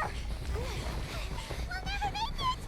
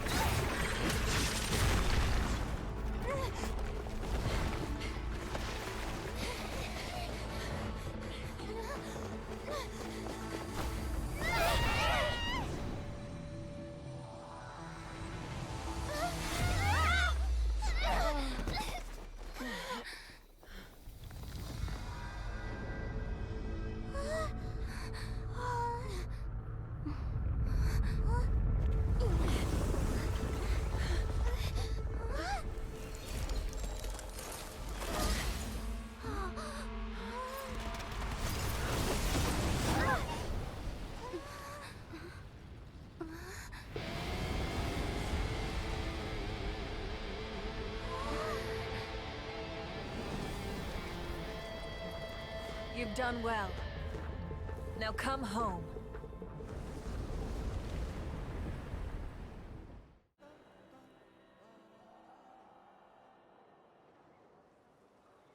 We're back! The Pyro Archon saved us. But she's not here. Yeah, didn't she say she used it all up? She's still in the speaker's chamber. What we saw in the Night Kingdom was just her consciousness. So you're saying her consciousness did all that? Every great display of power comes at a price. You must feel terrible, Kachina. Just hold on. We'll get you to a doctor soon. Let's get back to the stadium. The Pyro Archon said she'd have a doctor waiting for us. I recommend getting a full checkup, just to make sure no damage gets left behind. Paimon feels okay. What about you, Traveler? Right. You always seem to do pretty well against the Abyss. Let's get going. We need to share what we learned in the Night Kingdom as well. Right. The Wyab mentioned something about the Pyro Archon's plan. What is it exactly? I'll let her explain everything. We're all a part of the plan now. Every move we make from here on out will decide Natlan's ultimate fate.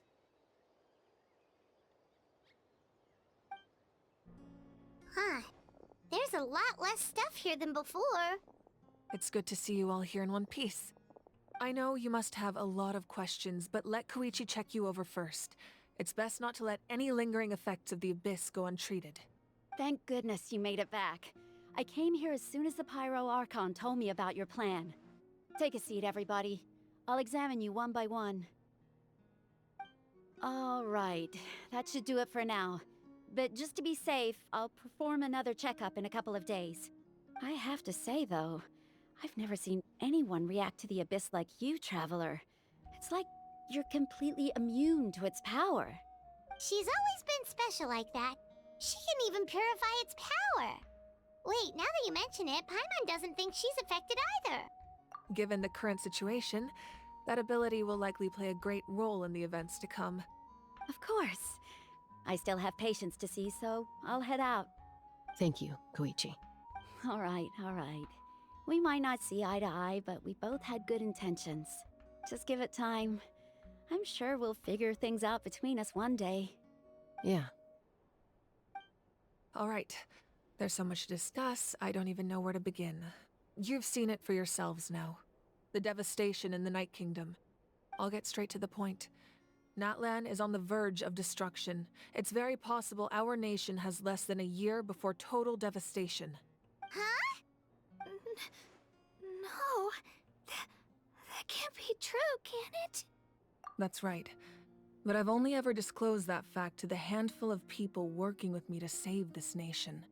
Our looming destruction is not a recent development, but the inevitable conclusion of the disaster the Abyss initiated 500 years ago.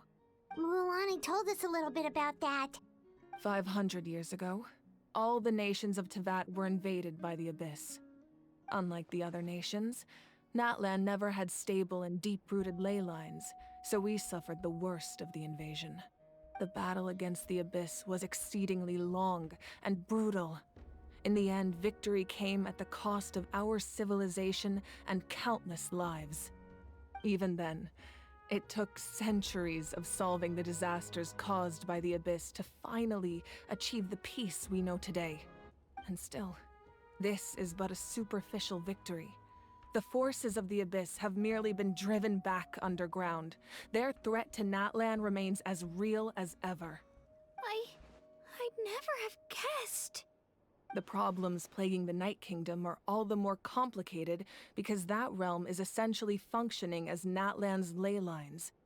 Immediately after the war, our calculations estimated that we would have a maximum of 500 years before the Night Kingdom was completely lost to the Abyss. But at that time, we were a nation of the destitute. Our people no longer believed in victory, nor did they hold hope for the future. Our civilization was dying, our faith crumbling, and the line of power passed down from the Wyab nearly severed.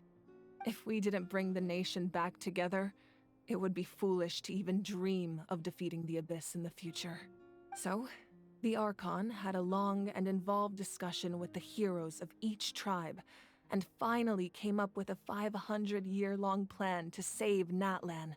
So that's what happened. After finding Kachina, I encountered a strange figure who gave me a series of new memories. Since the plan was mentioned in those memories, I guess I've been chosen to play an important role in it. But there's still something I don't understand. Those memories showed me the Pyro Archon from back then, and it was you. Huh? But that doesn't make any sense! The Pyro Archon is supposed to be human. It's impossible for a human to live that long. That's right. The hardest thing for humans to overcome has always been time, or rather, the natural limitations of our lifespan. A god can extend a human's life by using a certain amount of divine power, or subjecting them to a curse. But, as we all know, Natlan doesn't have gods like that. We can only rely on our own methods. A human life is like a flame destined to be extinguished. 500 years ago, I placed my life within the sacred flame. Only by dying before my time could I have the chance to wake up again. So, in other words, this is your second life? Yes. We only managed to defeat the Abyss all those years ago because the tribes came together as one. If the Natlan of the future was to have a fighting chance, the Pyro Archons that came after the war had to rebuild the decimated tribes. The goal was to reunite the people and restore the strength of each tribe's Wayab. Once a tribe was back to its full strength, the tribe's Wayab would select a hero, indicating the tribe was once again ready for war. The Chosen would then stand by my side in defense of our nation, just like great heroes of old, 500 years ago. So that means I'm one of the Chosen? That's right. You bear the ancient name Umoja, the same one held by the hero from your tribe 500 years ago. It means unity. After your adventure in the Night Kingdom, I trust you've come to fully understand the meaning of that name. So in other words, you always knew who the Wayab were going to pick from each tribe? Yes. According to the plan, each tribe was supposed to have been fully restored by the time I awoke. But something went wrong along the way. The 6 heroes successfully inherited the ancient names from 500 years ago, but the intel regarding the plan wasn't passed on to them. Once again, it comes down to the deterioration of the Night Kingdom. Communication between the Sacred Flame and the Wayab has been blocked. Just like how the Ode of Resurrection failed to bring Kachina back. Exactly.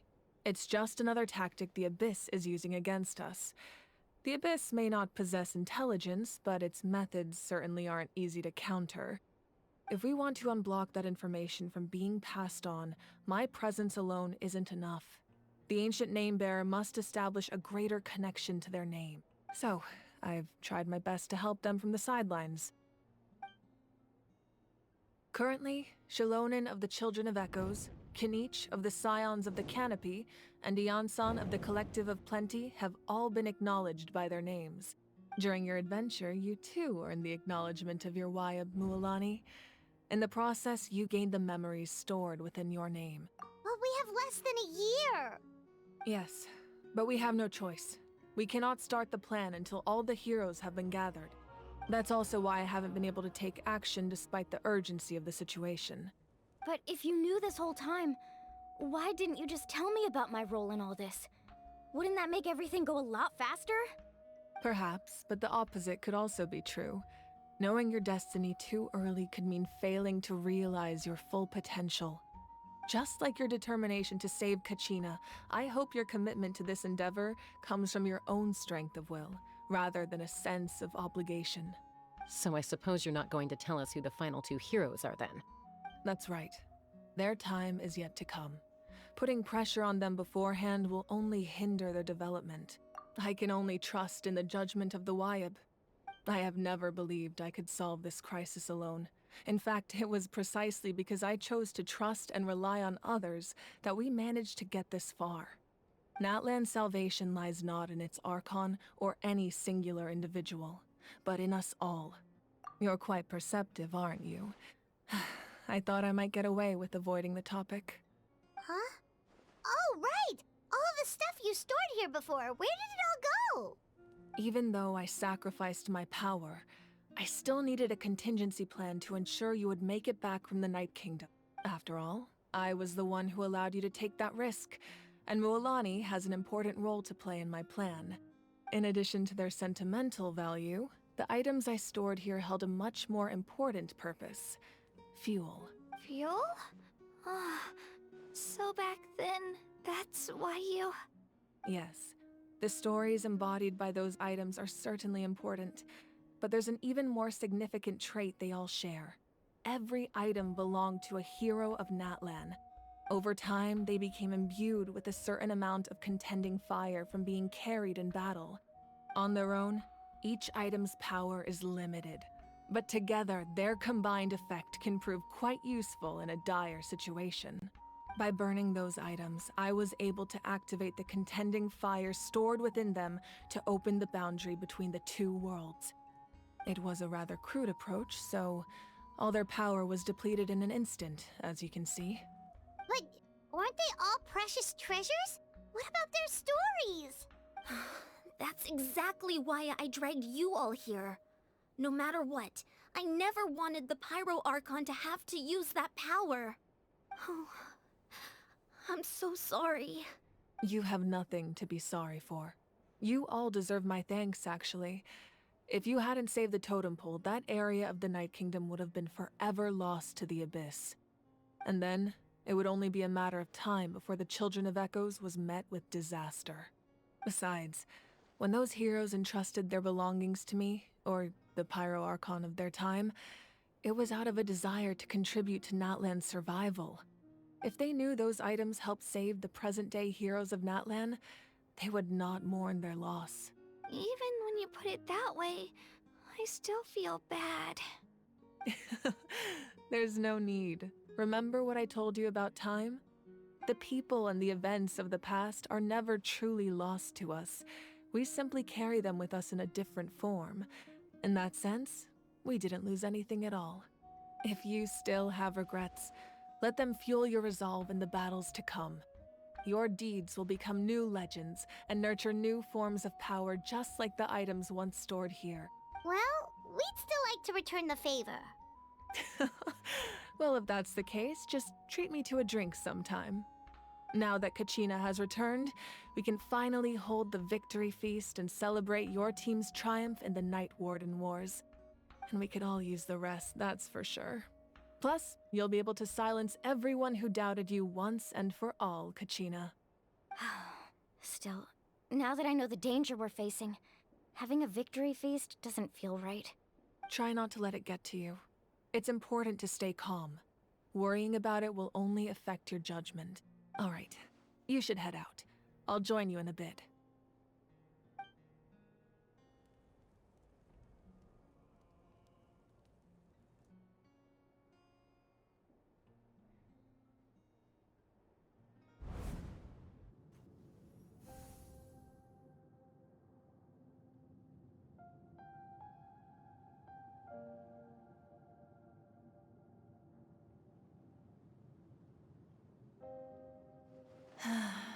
When I was young, I used to sit by the hot springs and listen to the stories of warriors from all over Natlan. They attract people from all walks of life. Friends come easy here, no matter what tribe you're from. The people of the springs have never claimed the hot springs as their own private property. They are there to bring all hot spring buddies together. It's been really nice, seeing the children of my tribe get older. It's helped me gradually understand the true value of the springs. I've witnessed their energy, their determination, their absolute passion for life. Even when they cause trouble, I never managed to hold on to my anger for long. It's unbelievable how quickly they worm their way back into my good graces. I'm certain Mualani will become a great warrior when she grows up. She possesses infinite potential. I can see it. One day, when I'm no longer in fighting form, I'll come here and tell stories to all the children, just like those warriors did for me. So, you better get busy, Pyro Archon, or I'll end up running out of stories.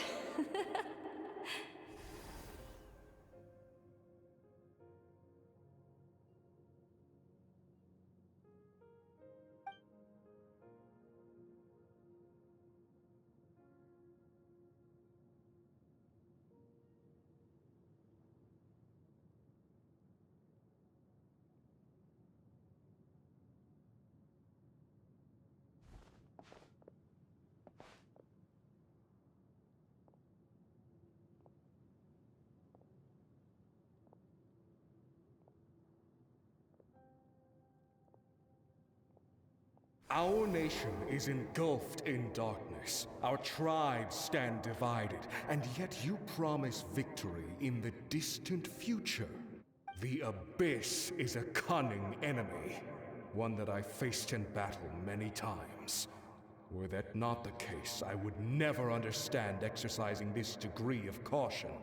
My rage will never know absolution, and my power will no longer aid you in victory. But you came to me because you knew you could convince me with just a single sentence. I understand your choice. The heroes of today will forge the path ahead with blood and fire. Just remember to earn us the victory we are owed. Otherwise, rest assured, I'll find a way to collect the debt. For Natlan.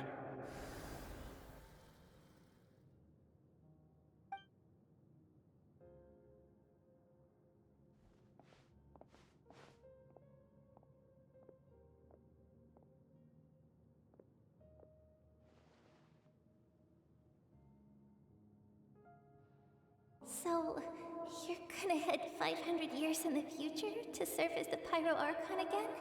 But what about the you from right now? You're just gonna die? You can't ask her those questions and expect her to answer, my dear.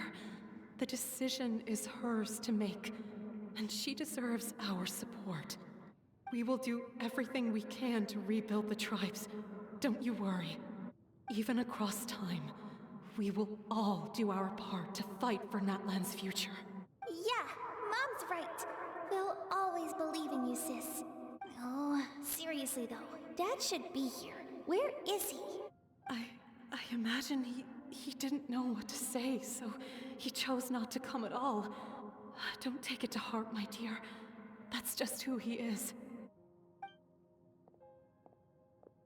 Just remember, no matter what happens in the future, we will always love you.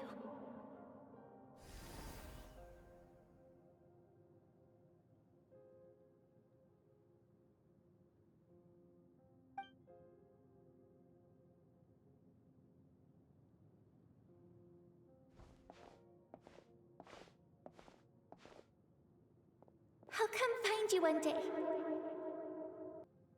I know I can't live that long, but I'll think of something.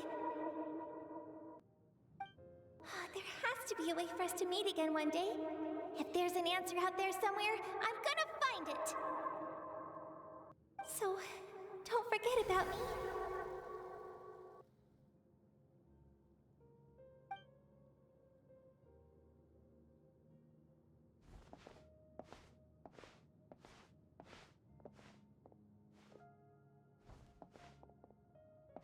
If that's your decision, then you have my full support, Archon. May our children live to see such a lovely son. For Natlan! No one fights alone.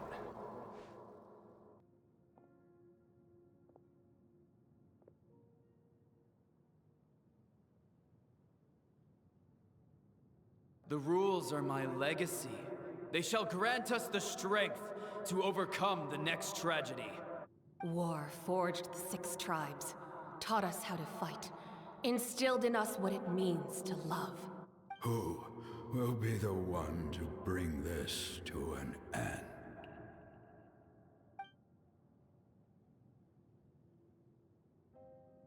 We are the inheritors of memory and legend. Those who grew alongside sun and wind. Those who forged our own destiny and future. That is Natlan's fire, the lifeblood of our nation. Hey, Koichi! You here for the victory feast too? Oh, no. I knew Chaska would be here, so I just came to deliver some medicine. I was about to leave, actually. But it's not that I don't want to celebrate Kachina and the others. I'm so glad she made it back. It's just, well, I'll make things awkward if I'm around my sister right now. Ah, well, you two had a fight, so Paimon can understand. She didn't cause any trouble during your trip, right?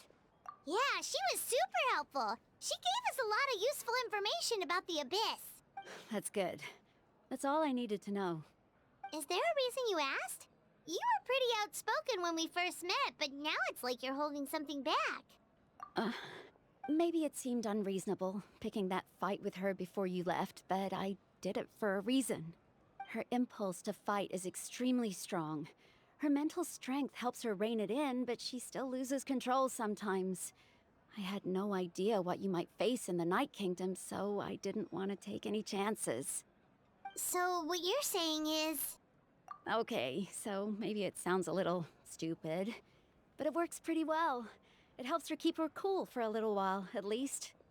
Anyway, I'm just glad you were able to make it back safe and sound. That's all I wanted. But do you really have to go that far? Can't you just talk it out? No way.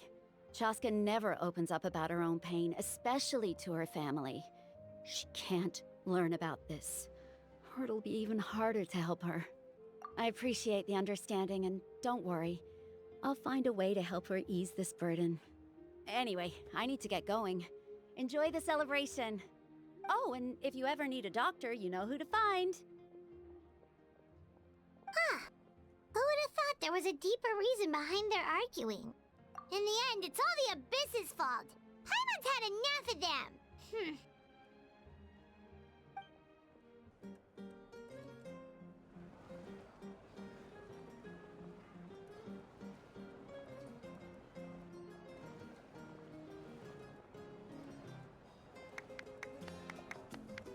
Let's give a huge round of applause to our brave young warrior, Kachina! Woohoo! Well done, Kachina. Thank you, everyone. I'm so glad I finally made it.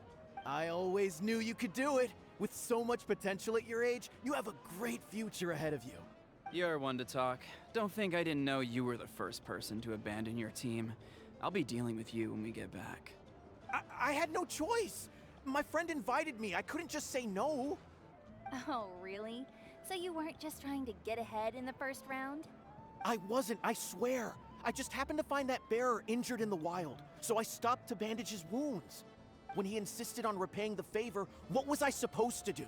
I'm just one person. I figured Kachina would have no trouble replacing me. But the fact of the matter is that after your departure, everyone else started thinking about swapping teams too. I'm really sorry, Kachina. It was wrong of us to abandon you like that. It's amazing that you still made it all the way through to the Night Warden Wars. That's the highest honor. So, what about you guys? Did you make it far? Our team captain drank too much the night before the competition and turned up late to the stadium on the day. We got disqualified. Serves you all right. No sympathy from me. All right. There's no need to be like that, Uncle Pakal. Dear friends, I'd like to say a few words. Firstly, I'm grateful to my friends and our great Archon for helping to bring me back. This traveler and her companion Paimon are some of the strongest people I've ever met. If they were allowed to participate in the pilgrimage, I have no doubt that they'd win the whole thing. They've agreed to let me learn from them. With their help, I believe I can become even stronger still. And let's not forget my good friends, Moalani, Chaska, Kanich, and Dion-san.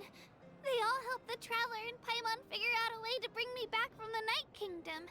They too deserve to be called our heroes. So, please give another round of applause for them. Thank you so much. Well said!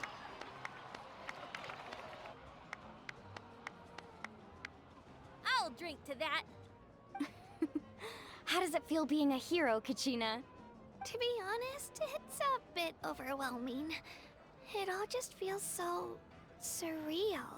Well, you better get used to it. Next up, undefeated champion! Hey, please don't make fun of me. Ah, you're here. Have some fruit juice. I got it specially for you two. How did you know? That's Paimon's favorite! You look like you've still got questions. Ask away. Because they had their own lives to live. The thought of telling them, abandon your families and everyone you love, and come with me to the end of time, for in 500 years Natlan will be destroyed, it seemed too cruel.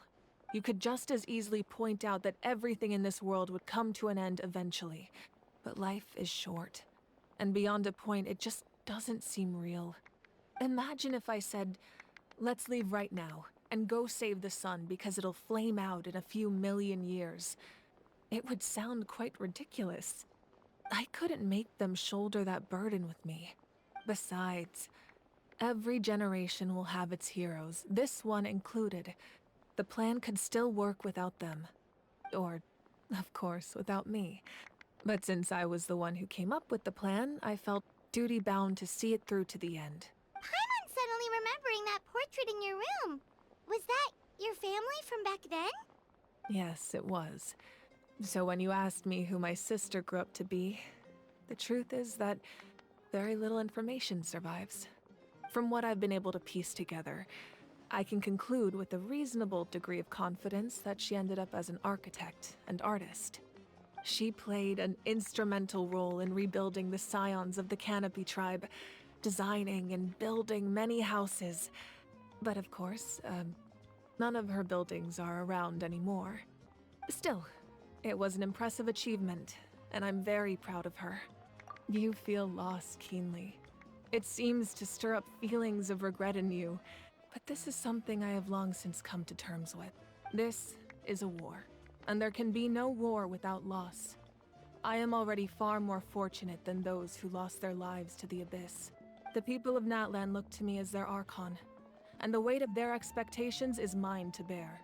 I must see our fate through to the very end, no matter what I may find there. Yeah, doesn't that mean the way everything ends has already been written, including your plan? I suppose, but so what? Don't forget, time takes many forms. The past, present, and future coexist, and all are equally important. Even if the future ends in destruction, there's still no reason to give up on the here and now. And it's precisely because we humans cannot know our fate that we will never give up on our struggle. This is a pivotal moment. We are still 2 heroes short. Well, 3 to be precise. There's one further hero who I'm hoping to get on my side, whatever it takes. Your resistance to the corrupting power of the Abyss is truly remarkable. It would easily make you an all-important figure in the upcoming battle. If you agree to join us, you will not only gain my full support in your journey, but I will also forge a brand new ancient name for you. Ancient names can be forged? They can. Several strict conditions must be met, but if they couldn't be forged at all, then the number of them in circulation would have long dwindled to 0. Possessing an ancient name would mean that your adventures in Natlan are recorded in full. Your stories would be remembered by our people for all the years to come. The Ode of Resurrection may have temporarily lost its power, but still, take this as my personal guarantee that I shall never let you fall. Just like in the Night Kingdom, I will be there for you. That is a promise I will fulfill at all costs. This nation always honors its heroes. Yeah, we can't just ignore the situation here. Wonderful. Then I'll reach out to Shilonen right away. She's the one who will forge the name. We've never forged an ancient name for an Outlander before, but I trust she'll find a way.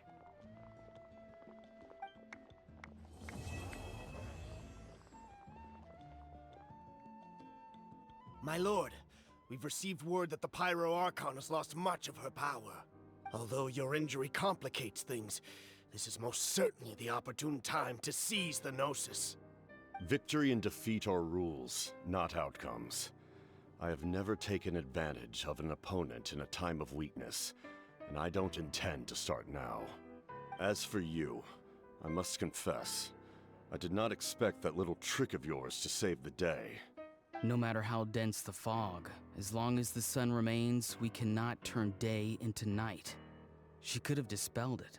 She simply chose not to. You don't have much time. And you're injured on top of that. What do you plan to do next? I'm beginning to see just how useful you may turn out to be. You heard something from here, didn't you?